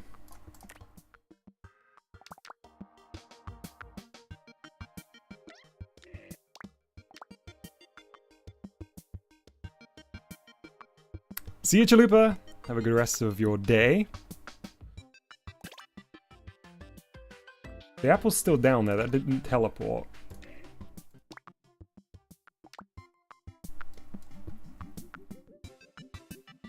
Oh, right, because we need the touch sensor. Ooh, okay. Alright, I see.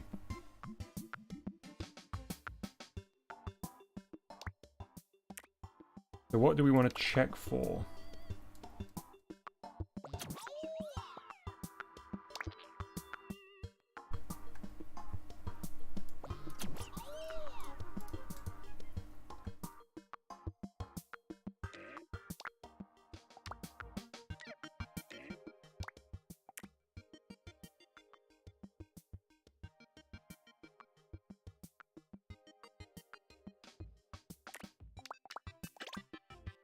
Okay, so we deleted that one, which is good.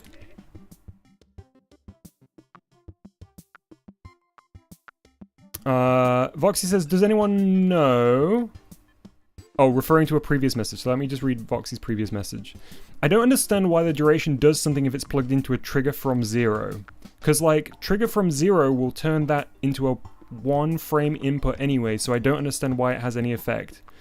Does anyone know? Because I don't understand the 10-second challenge solution. It's so strange, though. Having to learn about hidden logic seems like a strange thing. I definitely don't know, Voxy. When you explained to me previously that the output shouldn't matter, that made sense to me, so I was surprised when it did, but I wish I knew why.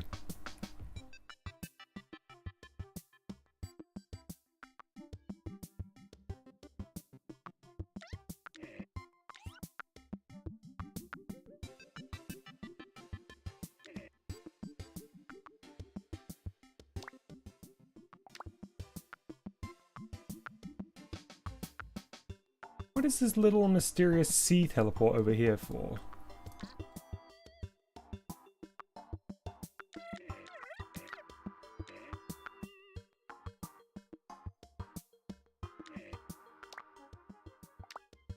Oh, right, I need to make that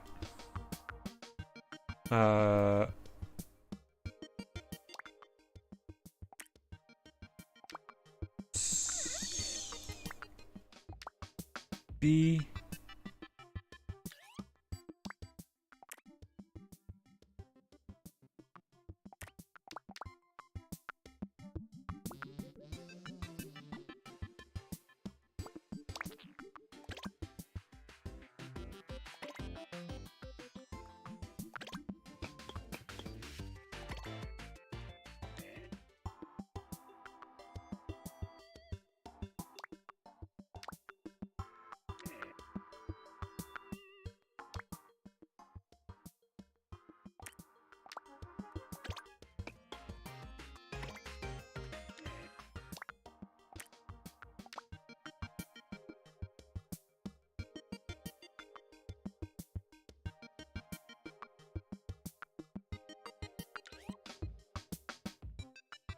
touch sensor will trigger when it sees an apple is within the range, which it is.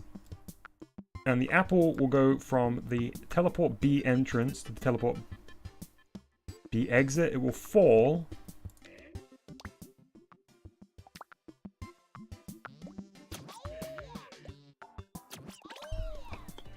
Right, there we go.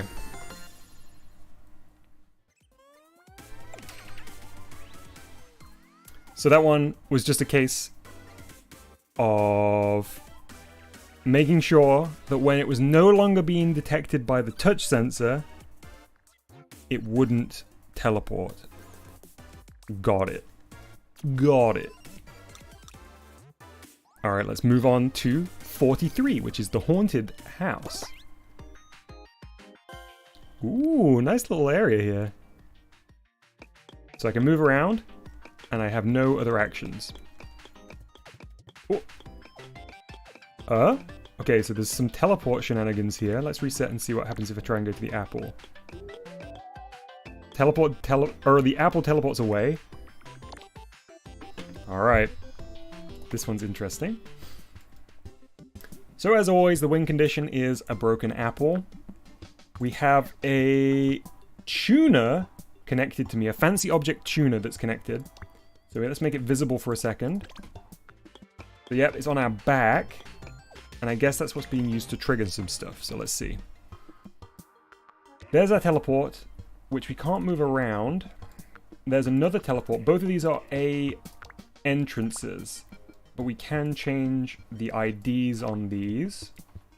We've also got a destroy object, but it's set to none at the moment on this fancy object hoop.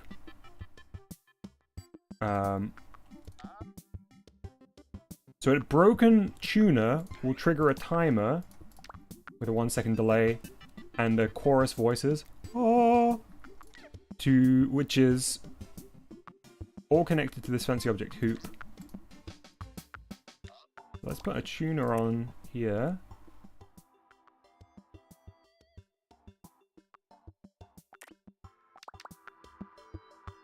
And for a moment, let's just disable this teleporter. Oh. Oh, it's this one.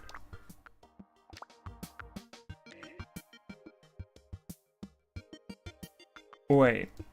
Oh, it's here! I didn't even see this one. Okay, so A. So we need... Ooh, okay. Thank you, Mustard. Have a good rest of the evening. So I just need to get my teleport settings all correct. So A to A entrance to A exit, which should then go to, let's put B for a moment.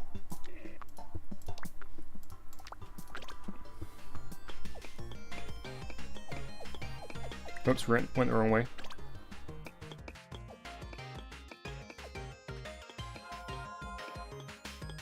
So now,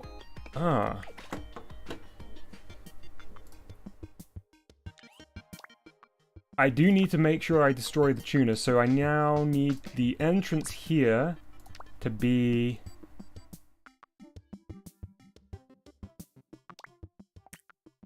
D, which will take me to here.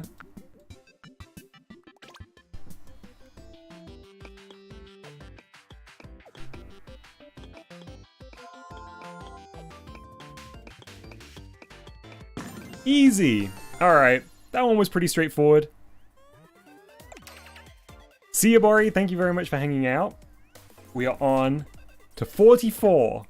Just a handful left to go here. So we are 7th to last.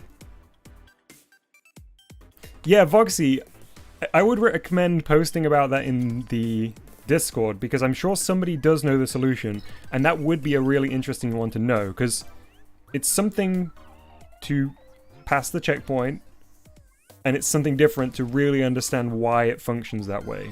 And it is unusual between us to not have that, like, behind the scenes understanding of why it works, so. Can mustard be next emote? That would be a great idea, Arch, for when people are sending their first tries. Enjoy your arting, Panic. Okay, so what's this? As soon as we spawn in, the blocks shift.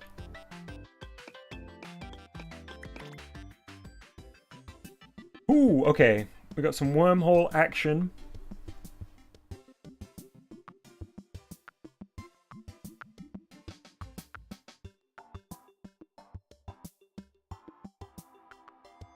That's all we can change.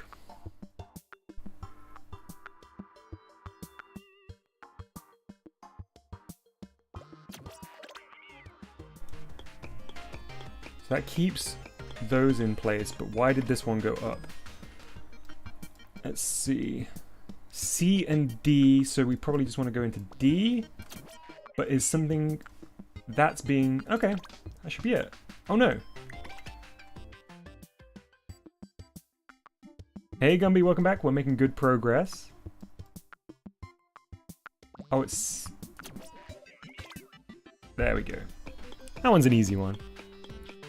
Kirby Super, I would ask once more that you please do not spoil the solutions. If it's unpleasant for you to see me working these out as I go, maybe dip out on this one. There will always be more traditional streams. Arch says, first try! See, that's why we need the mustard emote. Alright, next up is 45. The barriers to success are all in your mind. What could that title mean? So right now we can move, no face buttons, and I'm presuming this wall will block our way. It does. Hey, Curve! So the only thing we can change, it seems, is our person node on. So do we just want to make ourselves destructive? But not to everything. Oh wait, but... Okay, this is just going to drop me through the ground, right? Oh yeah, destructive doesn't work like that.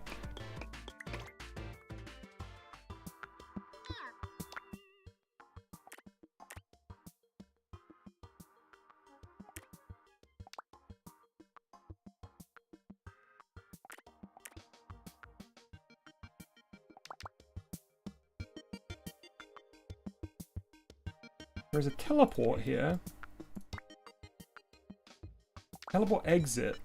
Where is the entrance?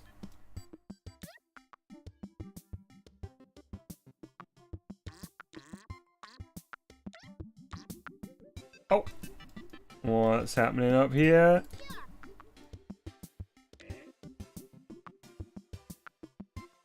Okay, hang on.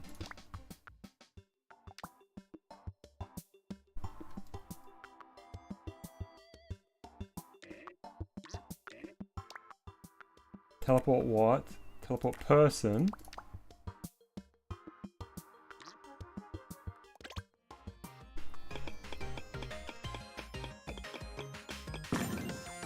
That one's a cool one.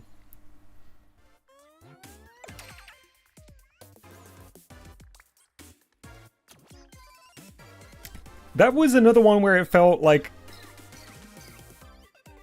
it feels like I didn't do it correctly, but I guess that is the correct solution. So basically all we had to do is make sure that the teleporter at the top would teleport the second player beyond the wall once it was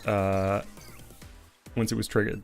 Yeah, makes sense. 46! Run the gimmick gauntlet. Final row, as Arch points out.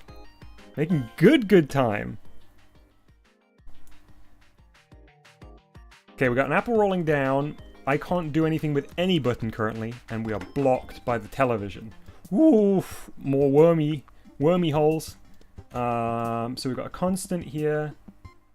So if we connect that constant up, I guess the telly will just immediately go away. For B, we have to press A. And that teleports to fill in the hole.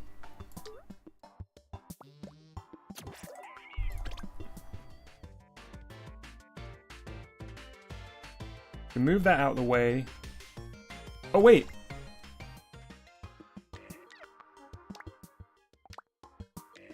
Ah.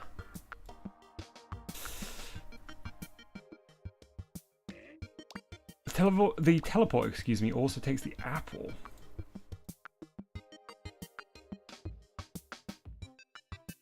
Ah, that's a little wrinkle.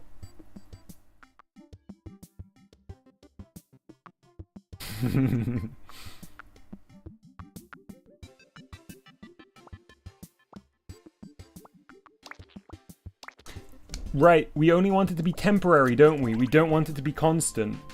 So now it shouldn't teleport the apple. Beautiful. Same deal with B. And I guess C we can put on A. So let's see what happens here. I know I'm not going to make it to the end, but I just want to see what our next obstacle it actually is.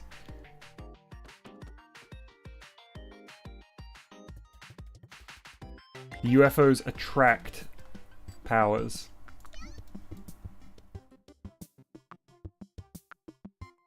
Can we hook into that? No, it won't let us.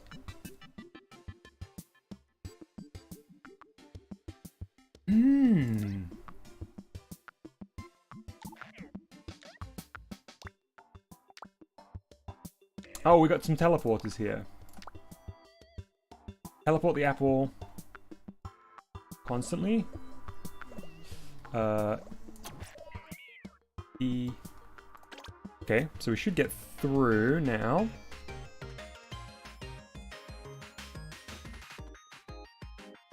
But we won't make it to the end because there's still that pit at the...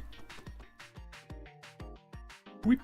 Yeah, still that pit at the end. So what do we need to do for the final... Oh, an additional teleport entrance. Do we just constant that too?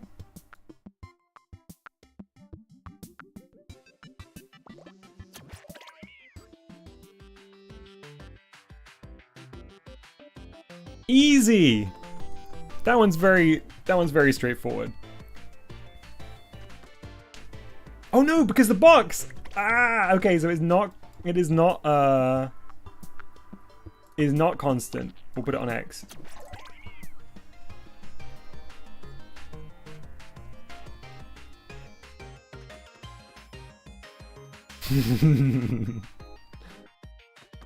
Okay, so once we pass, point. There we go. Easy. Definitely first try.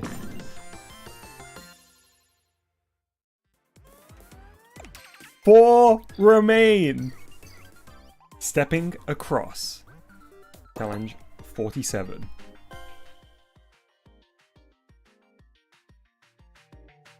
Okay, so pressing A triggered that. Oh no, no it didn't. Sorry, it just happens automatically. Alright, so we need to retime the movement of those, I think? So let's see what's happening here. We've got a constant counter map to make a little timer at the top here. We've got no controls into the person, so we're not going to be moving. We're going to be relying on the apples. The apple itself arriving to us. We've got a bunch of wormholes here that go into their respective teleport entrances. And then subsequent exits, it seems. So we've got a bunch of timers that we need to retime, I guess. Is all. So this is our first one that goes into A. So if we just retime this wildly to begin with.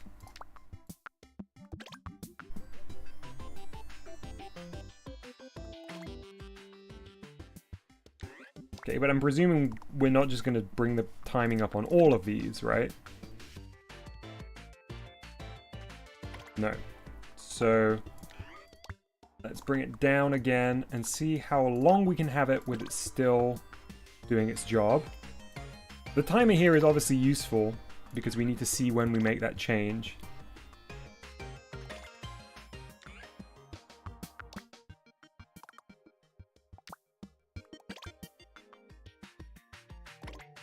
too soon. So let's move this up to... Was it 1? It looks about 1.8 when it shifts. Very nice. Okay. Do the same on this one for now. Chunky, you do not need to watch if it is unpleasant. Don't subject yourself to things you don't find fun.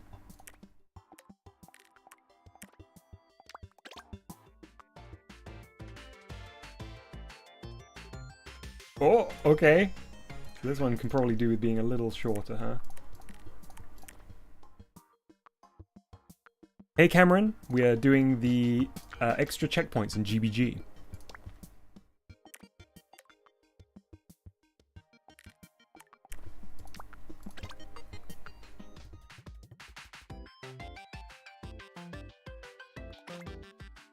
Okay, so I think it's actually this one that needs to come down a little.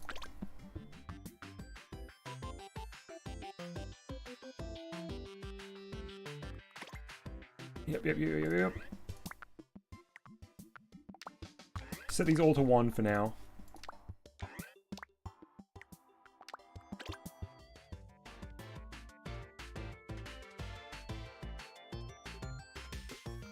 Oh, I caught the apple! Let's set this to 160.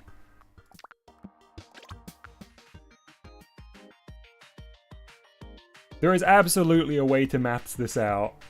100%. And I'm sure Voxy will tell me shortly how we do it. That was a fun one though. It's a nice visual of having the boxes teleport along like that in time. 3 remain. Count them. 3. Stepping across. Hard mode. For 48. Uh-oh. Alright, let's see what happens.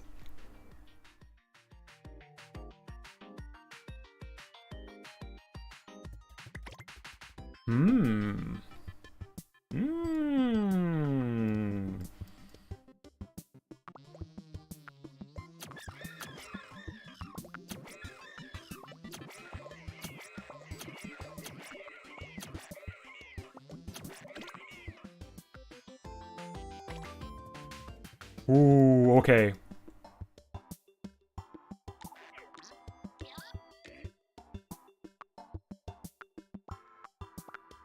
Okay, so let's just focus on this. I can't change these timings, can I? No. Oh, do we have to add them together?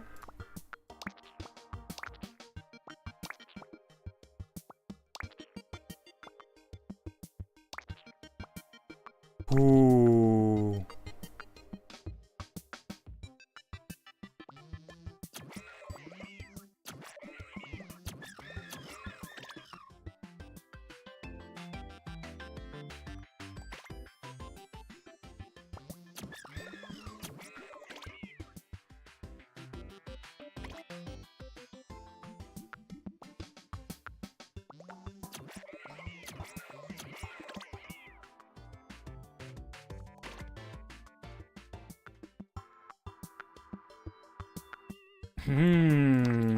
Okay, let's take a step back for a second.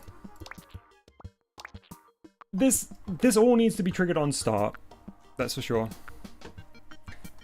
There are still folks in chat trying to give me the solutions. I don't know what more I could possibly do to let people know not to try and give me solutions unless I specifically ask. There is text on screen. There is a pinned comment. I mean, maybe I could do this?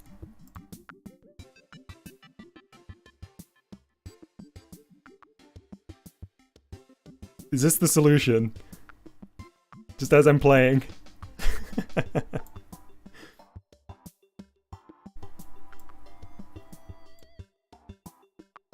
We'll leave it like this for a moment. So we've got 3 timers. They all start on start.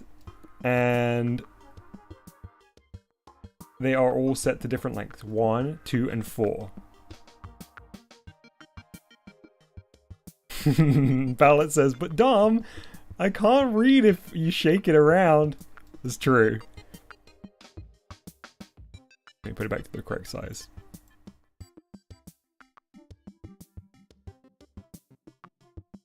So it's the duration that they stick around, and bearing in mind there is only 2 objects, right?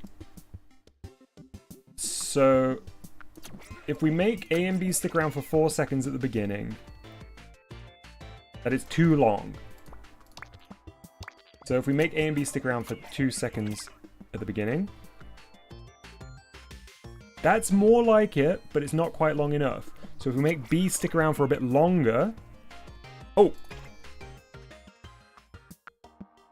Oh?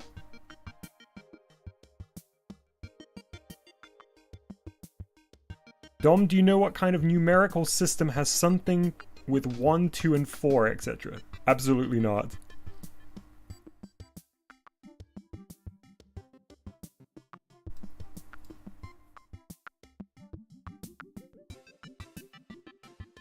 So, why did that make...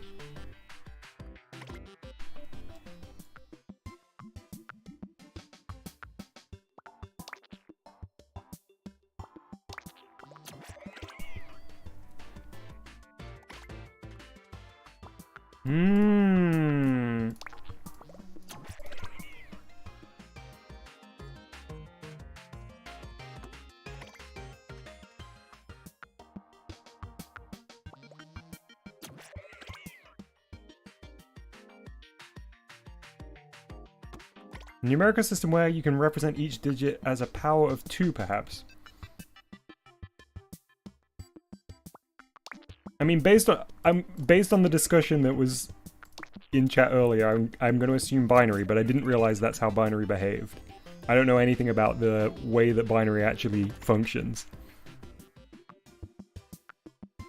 Ah, Mr. O says, remember Dom, if you set... Uh-oh! Hang on a sec, Mr. O.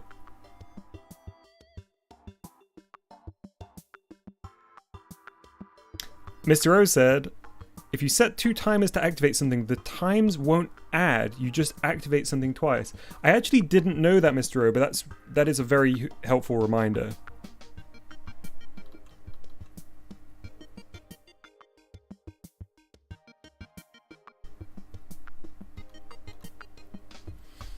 I'm gonna say nobody tell me any more hints for a minute. Including your explanation, Voxy, because I'm very interested to hear your explanation, but I think I just need to spend a little bit of time attempting it. Like, maybe type up your explanation, because I'm very interested to know once we get to that point. Yes, cameraman, I am keeping my eye on chat.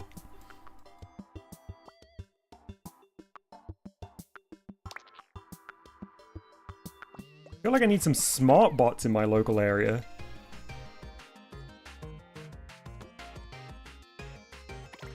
It is weird to me that these don't seem to be...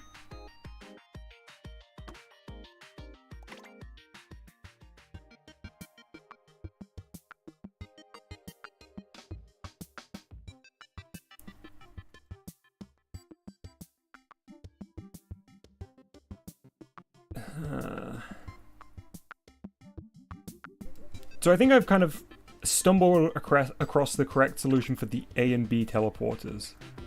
After 4 seconds. But actually, maybe B is too long?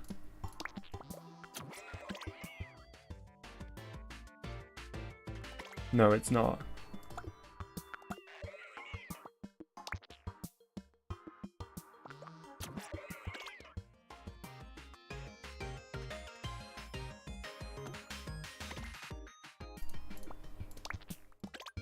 Is the next location determined by which one of these are put in?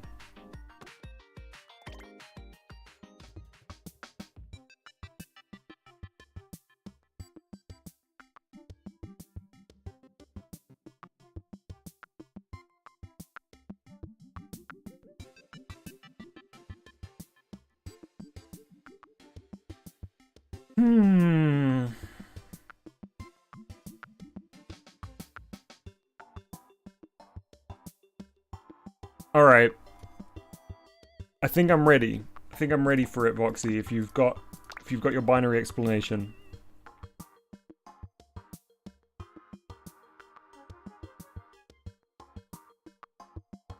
Our counting system is base 10. If you break up numbers into rows, each row is a power of 10. There are rows for 1, a row for tens, and a row for hundreds. So 207 can be broken down into 2 hundreds, 0 tens, and 7 ones. Makes sense? Curb says, why are the bots coming back? Didn't you block them out? Yeah, I did. I don't know why they're back.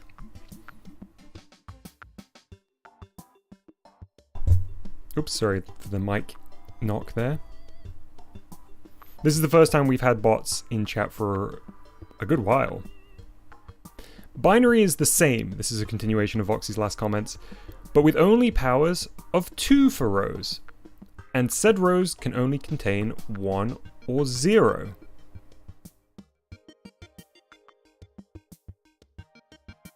See you, Mason. Thanks for hanging out.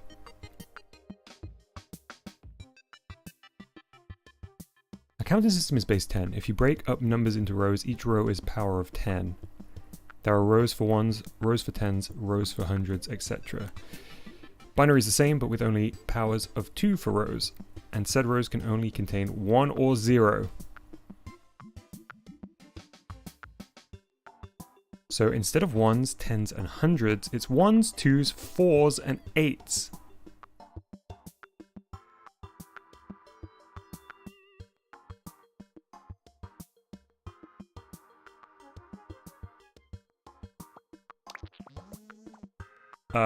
Just out of interest, I wanted to see what Cameron's comment would do. Cameron says, what happens if you put star on A? It won't let me connect. If you have 1101 in binary, that's 1 8s, 1 4, 0 2s, and 1 1s.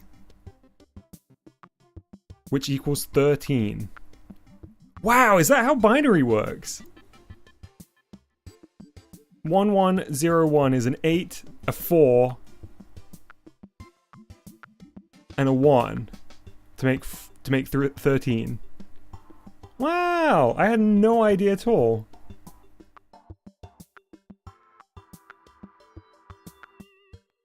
So it's always chunks of 4 for binary.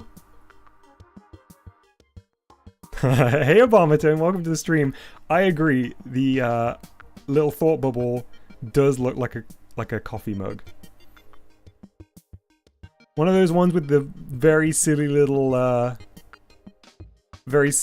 handles that's actually too small. Not chunks of 4, chunks of powers of 2. Right. It's powers of 2, 1, 2, 4, 8, 16. Okay. So, how... Oh no. Chunkies of powers of 2. So how is this going to help me?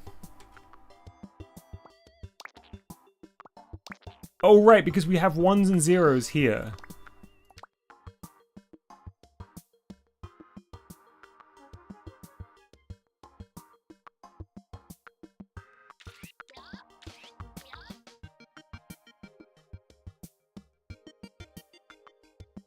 I think even if I know all of this...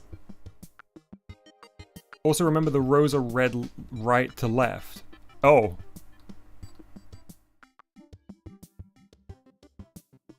They are? We never did binary in school. I mean, maybe we did like a lesson on it. But not proper binary, I don't think.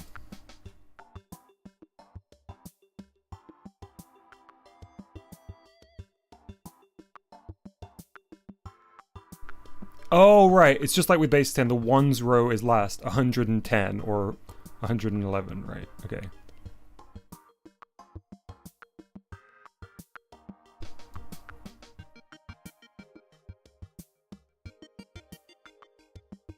Okay, so how do I turn this into practical knowledge here?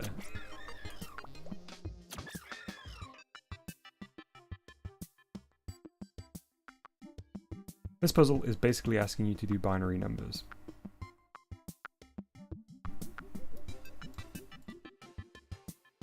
So Voxy, to get me started, what would I... Okay. A needs to receive an input of 1. B an input of 2, which is what we had but by coincidence. 3 an input of... C an input of 3. But you can only do it in binary.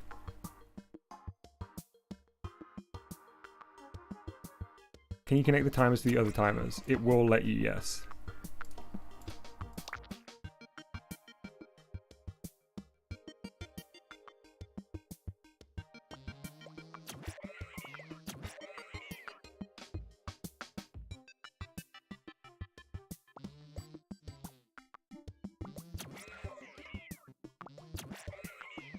Isn't this just counting, though? Why is it...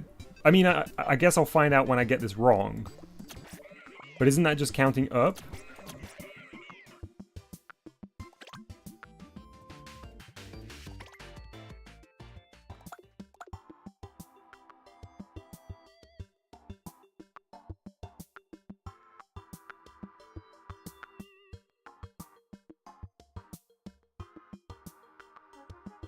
Right. Oh, because of the thing Mr. O said.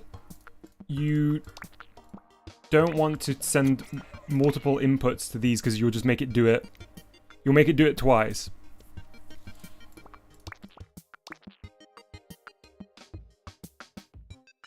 So 3...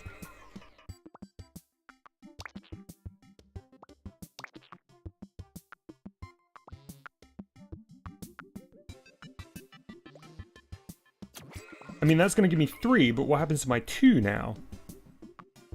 Wait, I had it?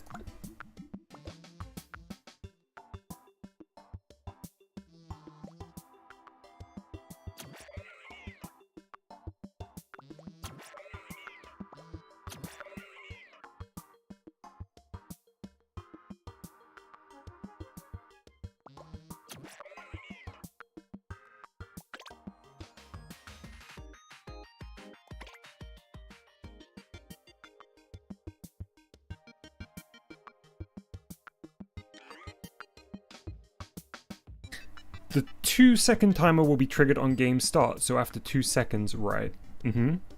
If you plug the 1-second timer into it, it will trigger 2 times.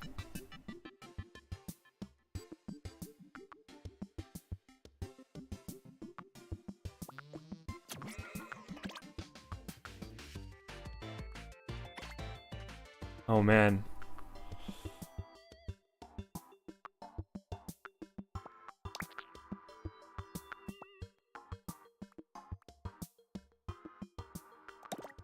Oops.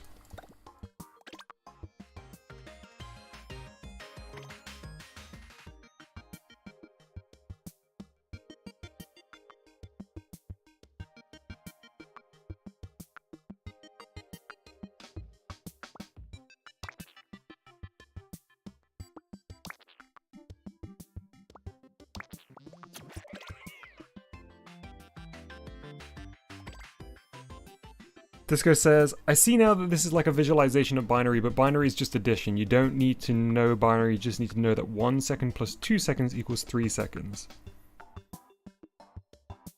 It is very useful to know the basis of this, though. I appreciate that Voxy went through the kind of principles that are the basis of this puzzle. That being said, I don't think I'm necessarily any closer to...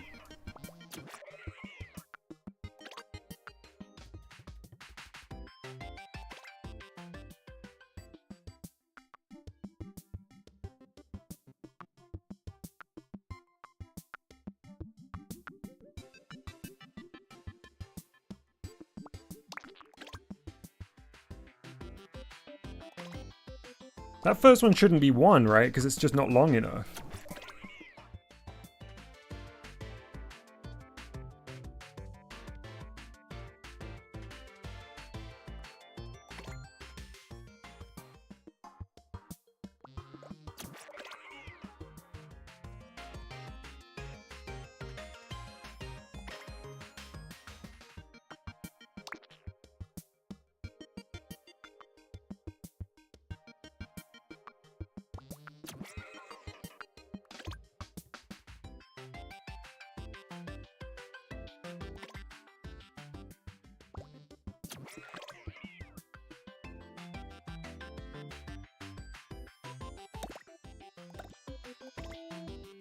No, I don't think I get this one at all. I understand that I'm adding up the duration that they stick around, but I still don't think I understand it. I have to admit defeat on this one. I'm ready for direct answers if anyone wants to talk me through it.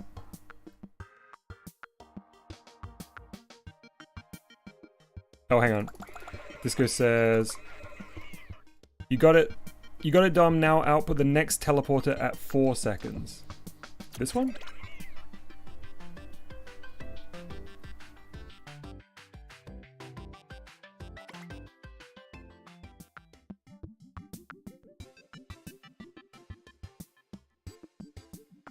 Oh, maybe this one.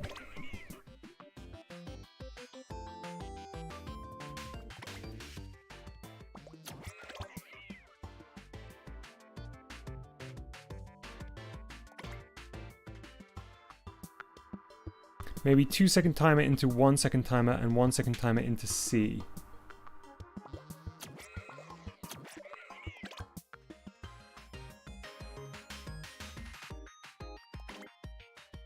But remove, I guess, these ones?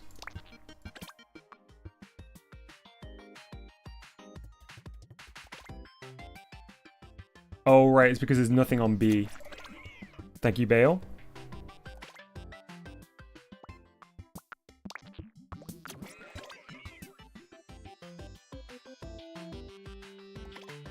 Sorry, I missed what I did.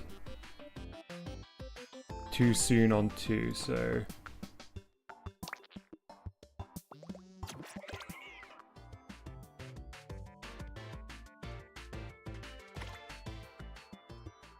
Ah, you would have thought it would have been 3 out of this.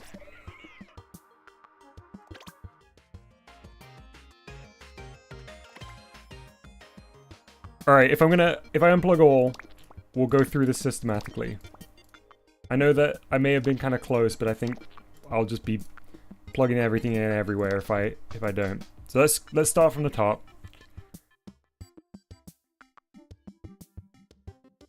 Should I be plugging like this to connect them all up to the multiple?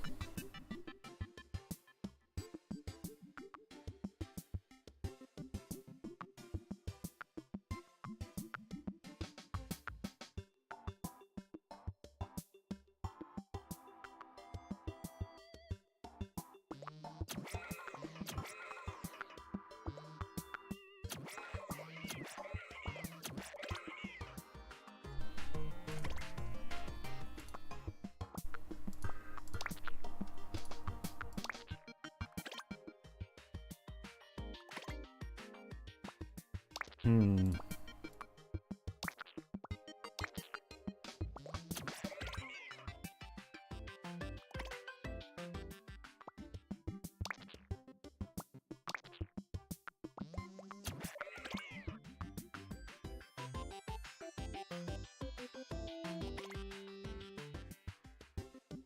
Two goes into A.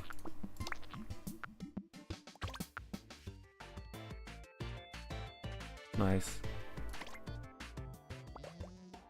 Maybe 4 goes into B. Too long. So I guess 3 goes into B.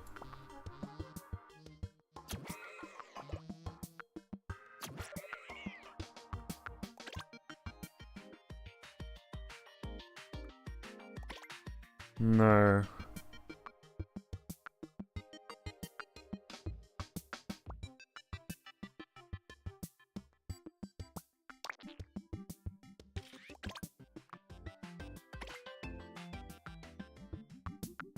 Two's into 1. Oh, 2's into 1 into B.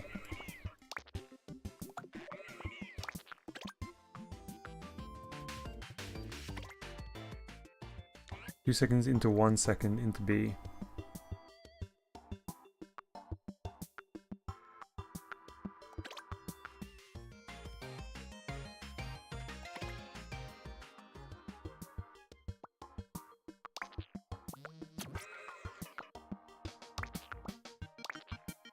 But I guess I already tried just straight up 4 in, didn't I?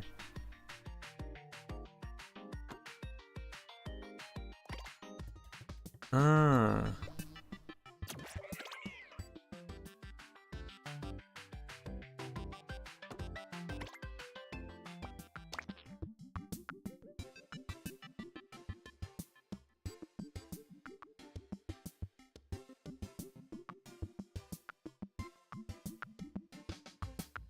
Two into 1 into C.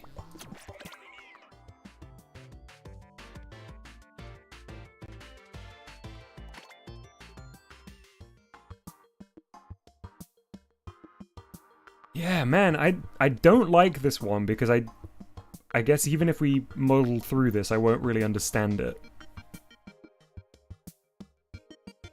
Disco says, oh, you have to look at what teleporter the wormholes are connected to.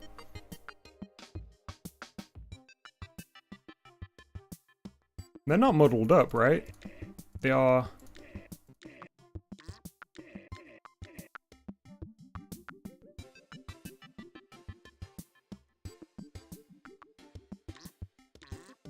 They're as they should be, right? Yeah, they are.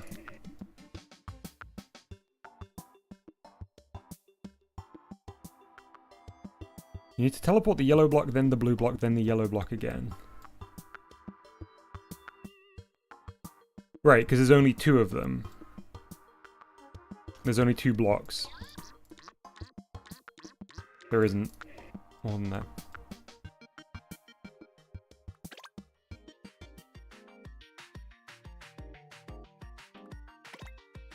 So B is teleporting too late.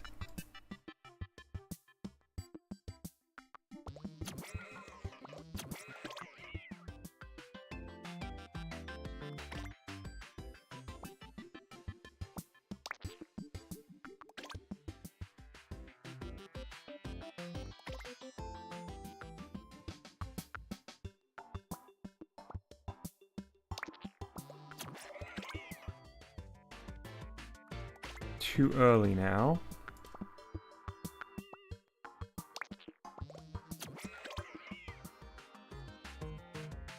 Still too early. So we go back to 4.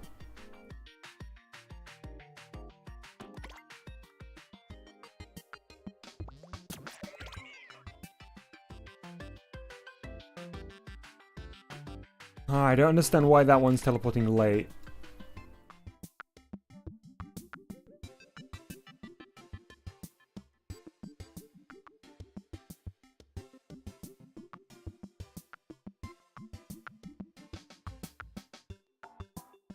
I don't think I can. Yeah, I don't think I can, Disco. But Disco says, I think this would be a bit easier if we could visualize connecting the timers straight to the teleporters instead of through wormholes. Yeah, it's a nice idea, but the puzzle won't let us do that.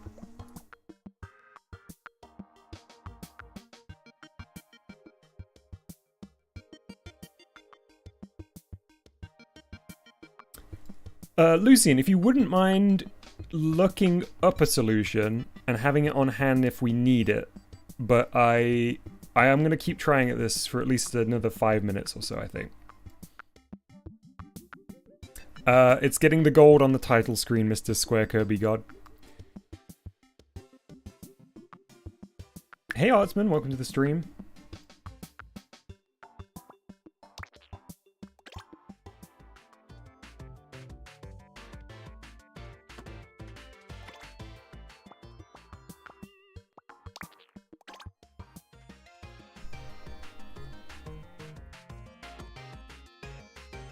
I don't get why we keep teleporting to here. Like, how is it?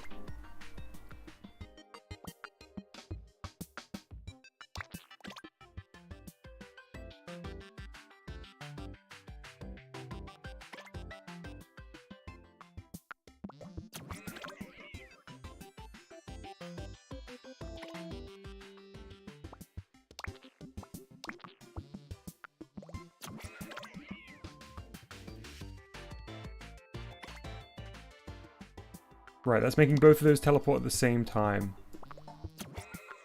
If I do this, should that make this one teleport at 3 seconds? No. And if I do that, it'll do it twice.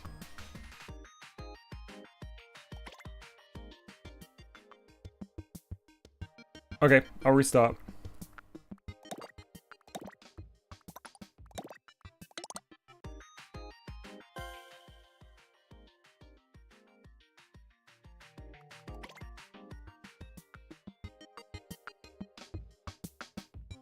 I'm guessing all of these always have to be connected though, right? Foxy says, see, this would be easy with a free slide. We don't have the luxury, unfortunately. Solution in GBG General. I'm just gonna do the solution here. I'm just gonna look at it.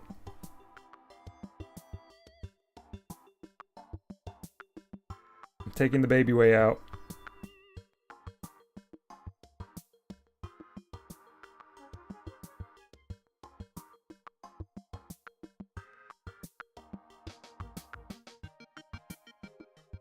Okay.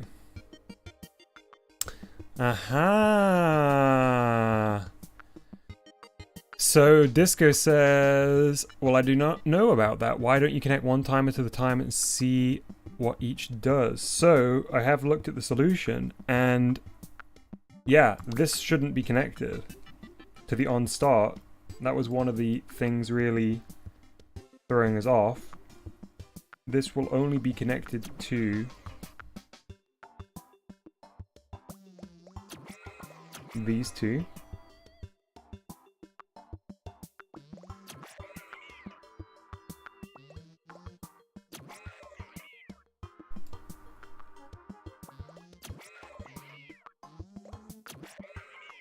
F, so this needs 3 connections. C, here and here.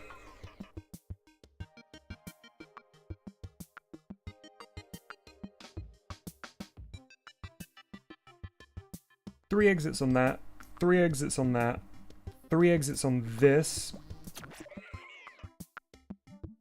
Should be it. Yeah, my pace was good. My 6 minutes pace now lost. All because of this one.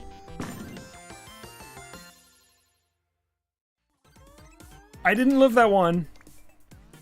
Didn't love that one, I'll be honest. I don't think... Yeah, I don't even know what I would change on that one to make it make more sense to me. In a way, the fact that they had the stepping across come before it, but then the logic of it be quite different for stepping across hard is maybe almost like a unnecessary curveball given the difficulty of hard. I mean, I guess it makes sense given the name, but that's probably the only one that has felt like a bad design. Yeah, I'm now feeling nervous about 49 and 50. What was this one called? Get the apple!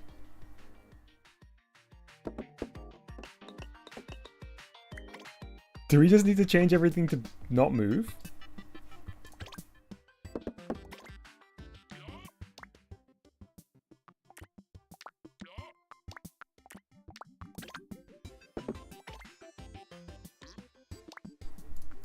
Let's start by making everything not move and see how far that gets us.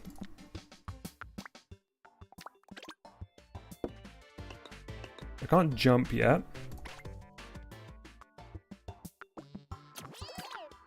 I can jump now, but I can't make it there. Yes, I do recognize this from the start of the game. Aha, we have a slide connector here, doing some funky stuff.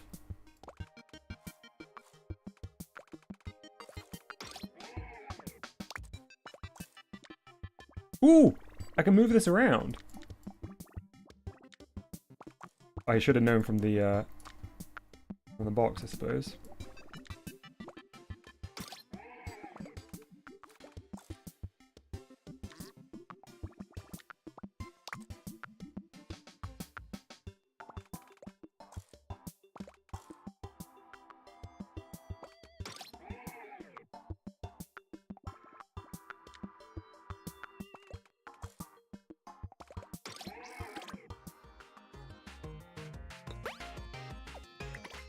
Okay, so I can change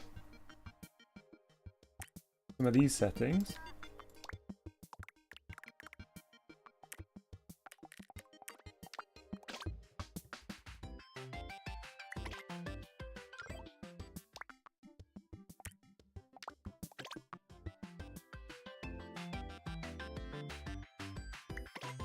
That's currently kind of just embedding into the wall. Oh, I can even change this.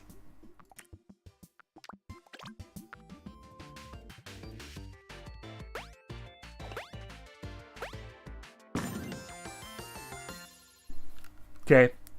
That wasn't very clean, but it worked. Let's just look back into this because I didn't really solve that.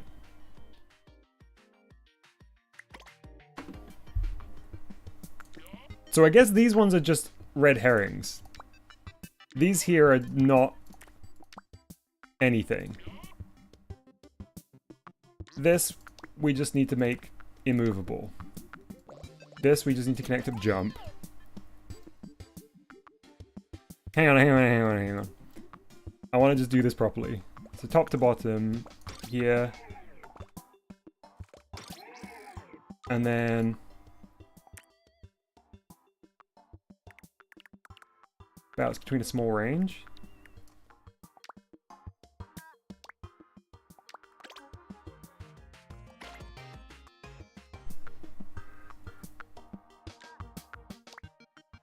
This is basically what I was doing yesterday, but with a slide rather than a hinge, right? Yeah, okay. I get it. So I just slow that down and lower the range on that even further.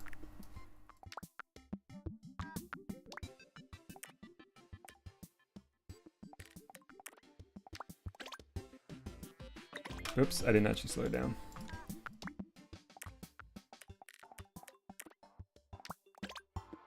There we go. Nice. Alright. Yep. Got it. Alright. We're on to the final one. Checkpoint 50. The big one. Perplexing paradox. I'm ready.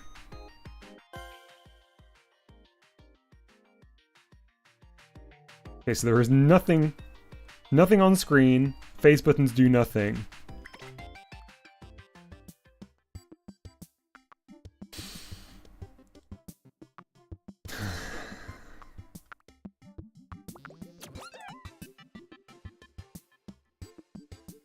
You know what? That's pretty good. That's pretty good. That's a good joke. I'll give him that one.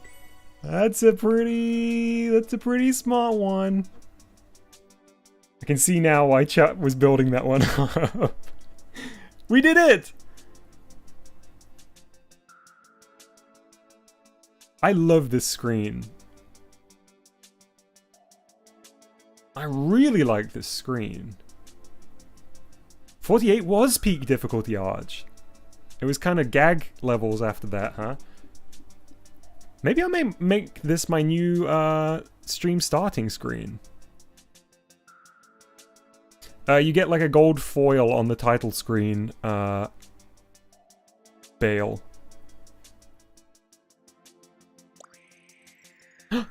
Alice! I can't believe it. You solved everything. I don't think there are any challenges left that you couldn't steamroll it over with your awesome programming skills. Alice doesn't know about chat. You're really starting to look the part of the programmer now. The programmer vibes are just radiating right out of you. Okay, Dom. Time for you to go forth and make games. The games that only you and chat can make. Thanks for sticking around this far. My pleasure, Alice. I wish Nintendo had done the same.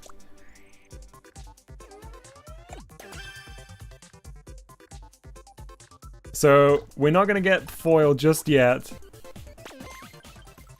It's nice seeing Alice again. It is a shame we don't get some way to see Bob and Alice after we've done the tutorials. Kerr, thank you very much for the $2 super chat. Can we get some cool gamers for Kerr? We got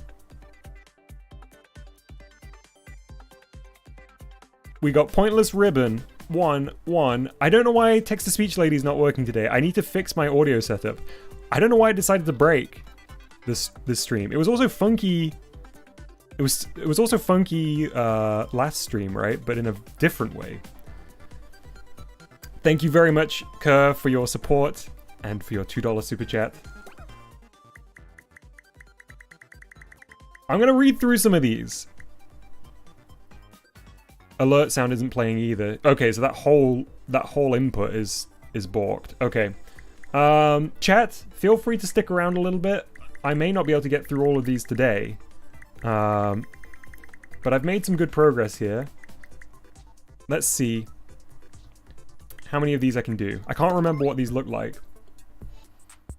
Is it magic? Teleporting objects. Hello, Dom. These two hoops are teleporter gates. Move the person onto the right-hand hoop using the left stick.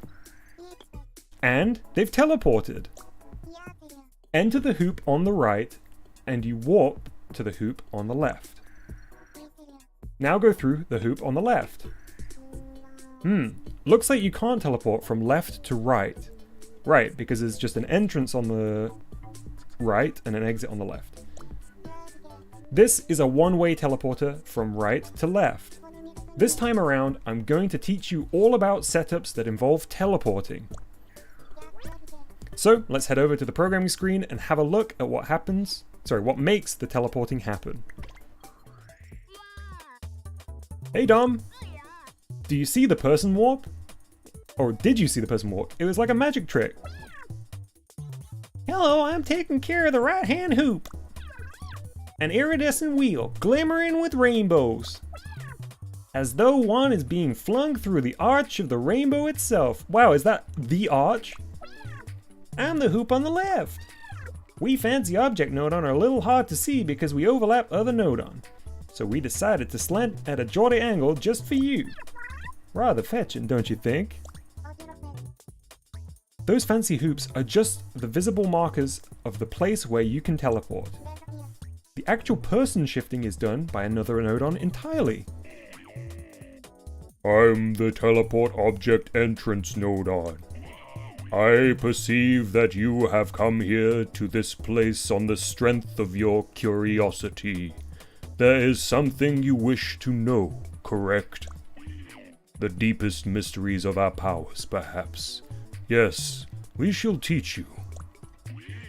The nature of my own ability is to send that which touches us into the subspace realm. See you, Ballet. Thanks for hanging out.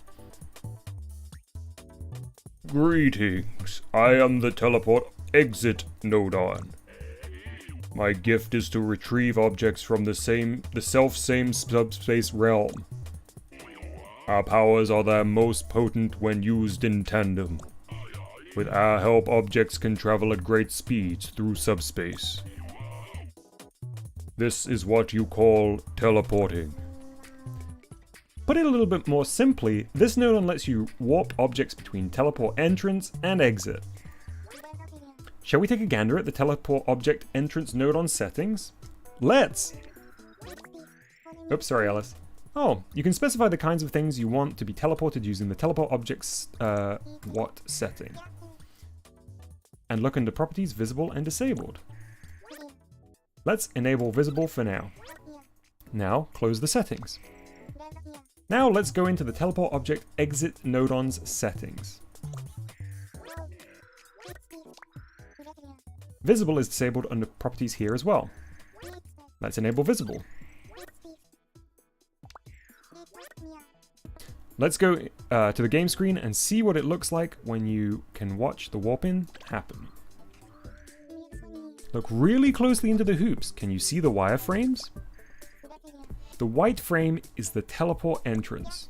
Certain things that touch it get warped away. The white frame is the teleport exit, so whatever teleports through the entrance exits here. Move the person to the entrance frame and let's watch the magic happen. They warp to the exact moment they touch the frame. So, you see the real teleport entrance isn't the hoop at all, but the white frame. But having the hoop there makes it easier to know where to go if you want to teleport. Right, let's get back to the programming screen. Hey, I have a question actually. What happens if you go through a teleport entrance when there's no teleport exit? Where do you go? To the Shadow Realm. An entrance, but no exit. Oh wait. A subspace dimension with no way out. With no way out of the subspace realm, the conclusion is obvious, is it not? Natural and obvious indeed. Why? Such an unfortunate would vanish from the game screen. I'm not sure I quite get it, so let's delete the teleport object exit node on and just see what happens. Wow, Alice banishing person to the Shadow Realm here. Bye! Select the fancy object node on the exit hoop as well, and remove it. I wonder what will happen to the person who gets transported into subspace with no way out. What's gonna happen? Let's go to the game screen for science! Okay, let's do this. Move the person to the teleport entrance. Good luck! Alice being Cave Johnson over here. And they vanished! Use retry if you want to see it again. Yeah, the writing in all of these are fantastic, Voxy. Dang. Alice really did that to the person node on her. So, if there's no teleport exit, things just vanish when they touch the entrance. Let's go back to the program screen. Vanishment is one of the powers possible. That's not what it said, but it's fine. A shudder of fear is the seasoning that adds spice to a game. Quite. Anyway, now that we have seen it for ourselves, let's bring back the teleport object exit node on and the fancy object node on. Hey JJ Beats. Scrub says, huh? A person node on just showed up in my room. Ah, Scrubs is living in subspace. Now we know where all the deleted blocks go. The teleport path is connected once again to its exit. Just as it was before. The teleport, both an entrance and an exit are required. The two joined as one, like two cherries on a stem. When an entrance and an exit are connected to the same pocket of subspace, then and only then can the teleportation succeed. An identifier is needed for an entrance and an exit to know that they are linked to one another. Gaze into the settings and find teleport ID. All shall become clear. Okay, let me get my head around this. So the teleport entrance and exit need to have the same teleport ID or else they won't work.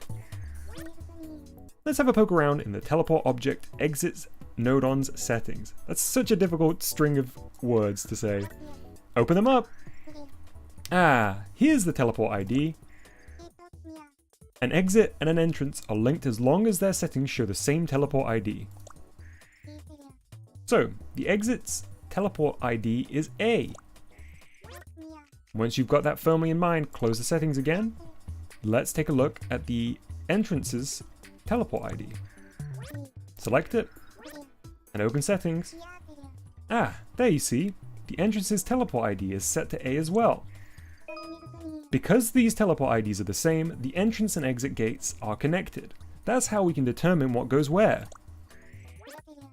We've seen all we need to see, so close the settings again.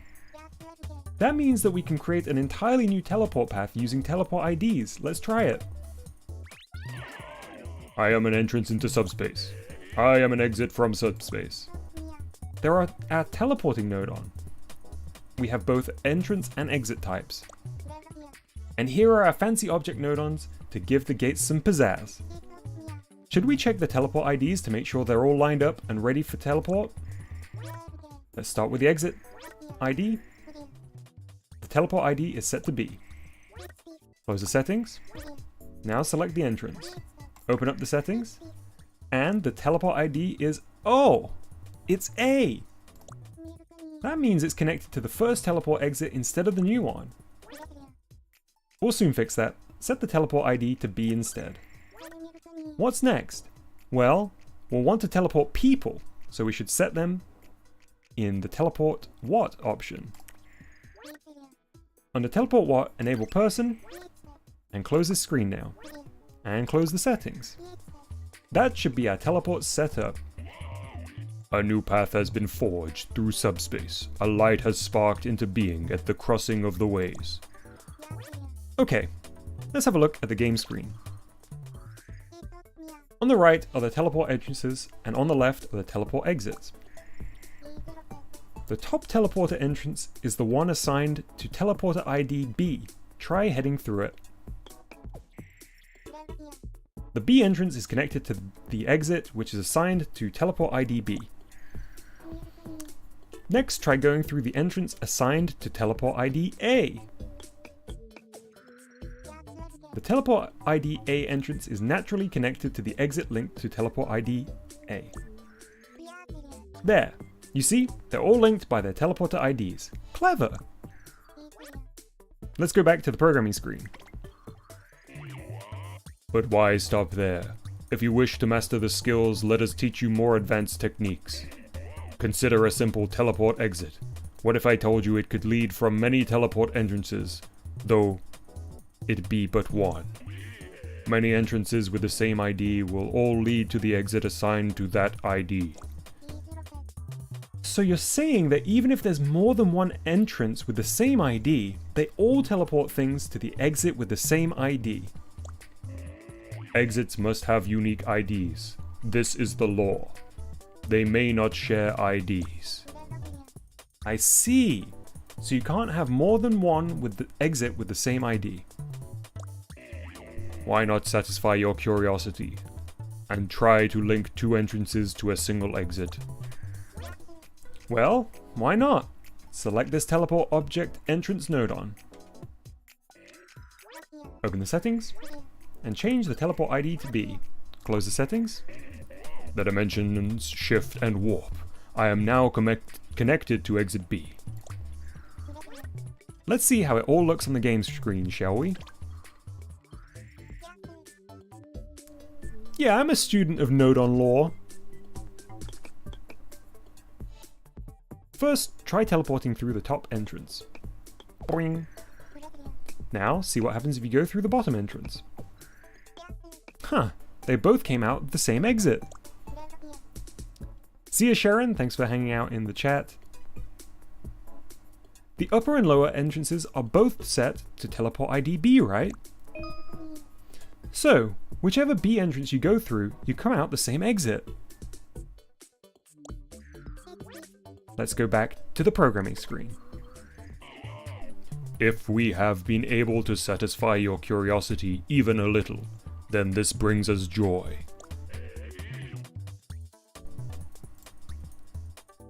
You are initiated in the secrets of high-speed travel through subspace, what mortals call teleportation. Use this power to move objects in the blink of an eye, or wipe them from the game screen entirely. This power to cross dimensions will surely aid you in your creative endeavors. Journey between worlds with us. We will meet again. And that's all we have on teleporting. Phew, really takes it out of you.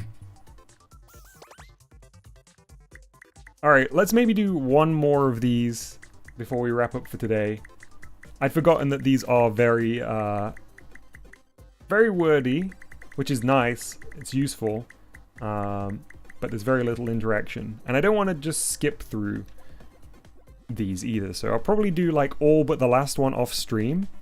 Oh yes, it's the connecting objects one. This will genuinely be very useful. This is a good one to end on.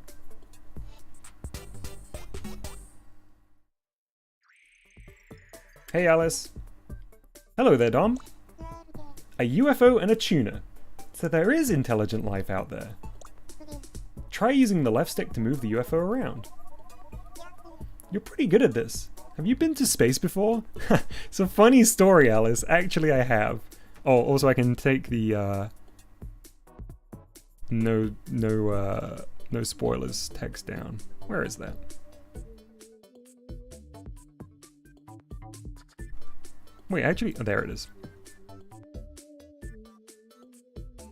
Very wordy and entertaining, but probably not good stream content. Agreed, Lucian. Yeah, we'll do this and then we'll wrap up. Top Hat asks if I want to watch their stream once I'm done. Once I've done this, I need to get myself ready for tomorrow and head to bed. So I won't be watching any more YouTube today. Let's take these two peculiar yet conventionally placed objects and stick them together.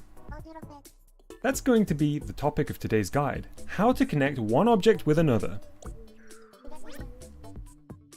Move across the program to the programming screen, please.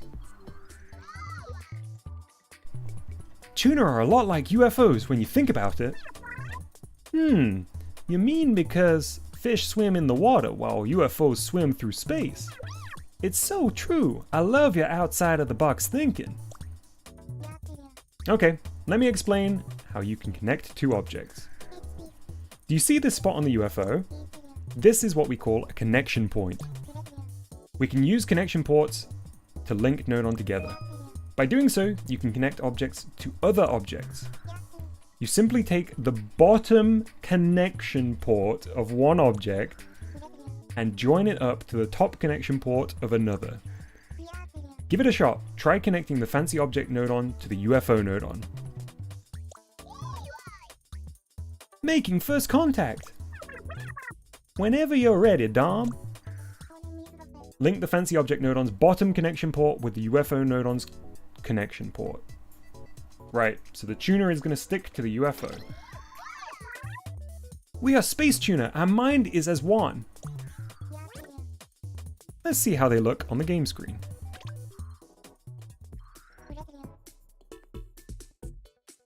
Our tuna and UFO look quite attached to each other. The greatest romance in video games. Move the UFO around now with the left stick. Yes! Because they're stuck to each other, the UFO can fly around as much as it wants, and the tuna will never fall off. That's what creating a connection between two objects does. Unidentified flying object becomes unidentified fish object, as Scrubs points out.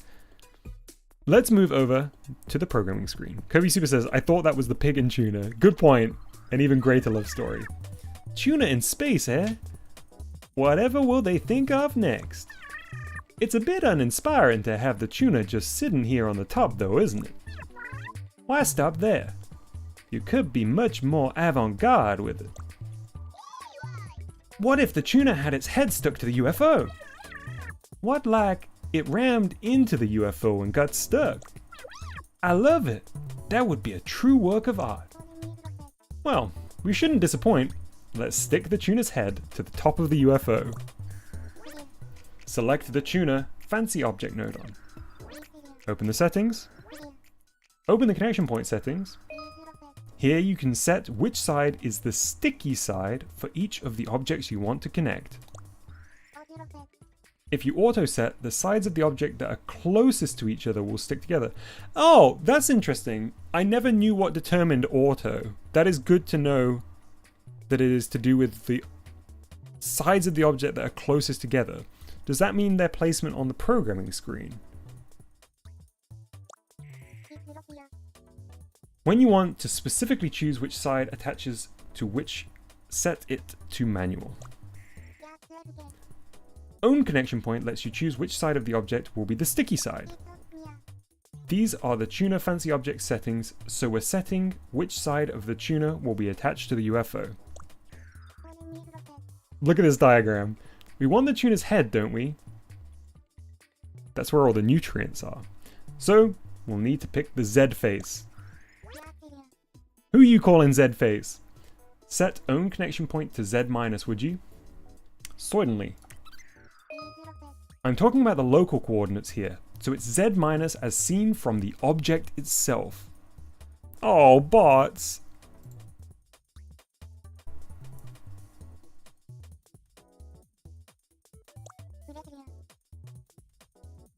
So even if the tuna changes direction, its head will always point to the Z minus in the local coordinates. It's a cold, hard fish. I mean fact. In the case of the humble tuna, its head is the Z minus face, and its tail is the Z plus face. Take note. Alright, I'm going to make a note that the fancy object tuna's face is Z minus. Now, turn your attention to the target connection point. This is where we choose the sticky side of the object we're attaching to. It's Y plus right now, as you can see. So that means that the tuna will attach to the UFO's Y face. Normal people would call that the top side. This means that the tuna's head will be attached to the top of the UFO. It's not so easy to visualize, is it? Let's close the connection point settings. Close the settings screen too. And now, we can see how they're attached to the game screen.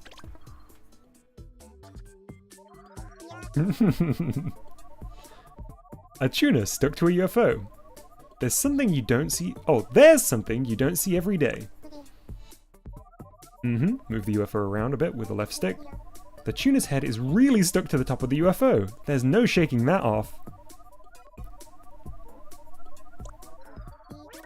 When you're done examining the fishy situation, come back to the programming screen. A fish stuck to a UFO. There's a story to be told here, I'm sure of it. I don't know about this, guys. Wouldn't it be better if the tuna was nudging me from behind or something? Also, did I mention this really tickles? So, you want a piggyback ride, or rather, a tuna back? Ah, it's the beginnings of an unlikely friendship.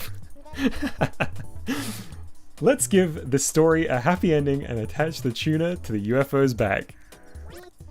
Select the fancy object node on. Open the settings. Now open the connection point settings. We can see what side of the UFO the tuna attaches to under target connection point. Z minus is the front of the UFO, and Y plus is the side with the antenna, or the top. We want to attach the tuna to the back of the UFO, right? So which side would that be? Z plus. The answer is Z plus. If the front of the UFO is Z minus, the opposite side would be the back. Boing. Now, the tuna's Z minus face is attached to the UFO's Z plus face. Okay, you can close the connection point settings. Close the settings screen as well. Let's go and see how exactly they're stuck together. Use the left stick to move the UFO around.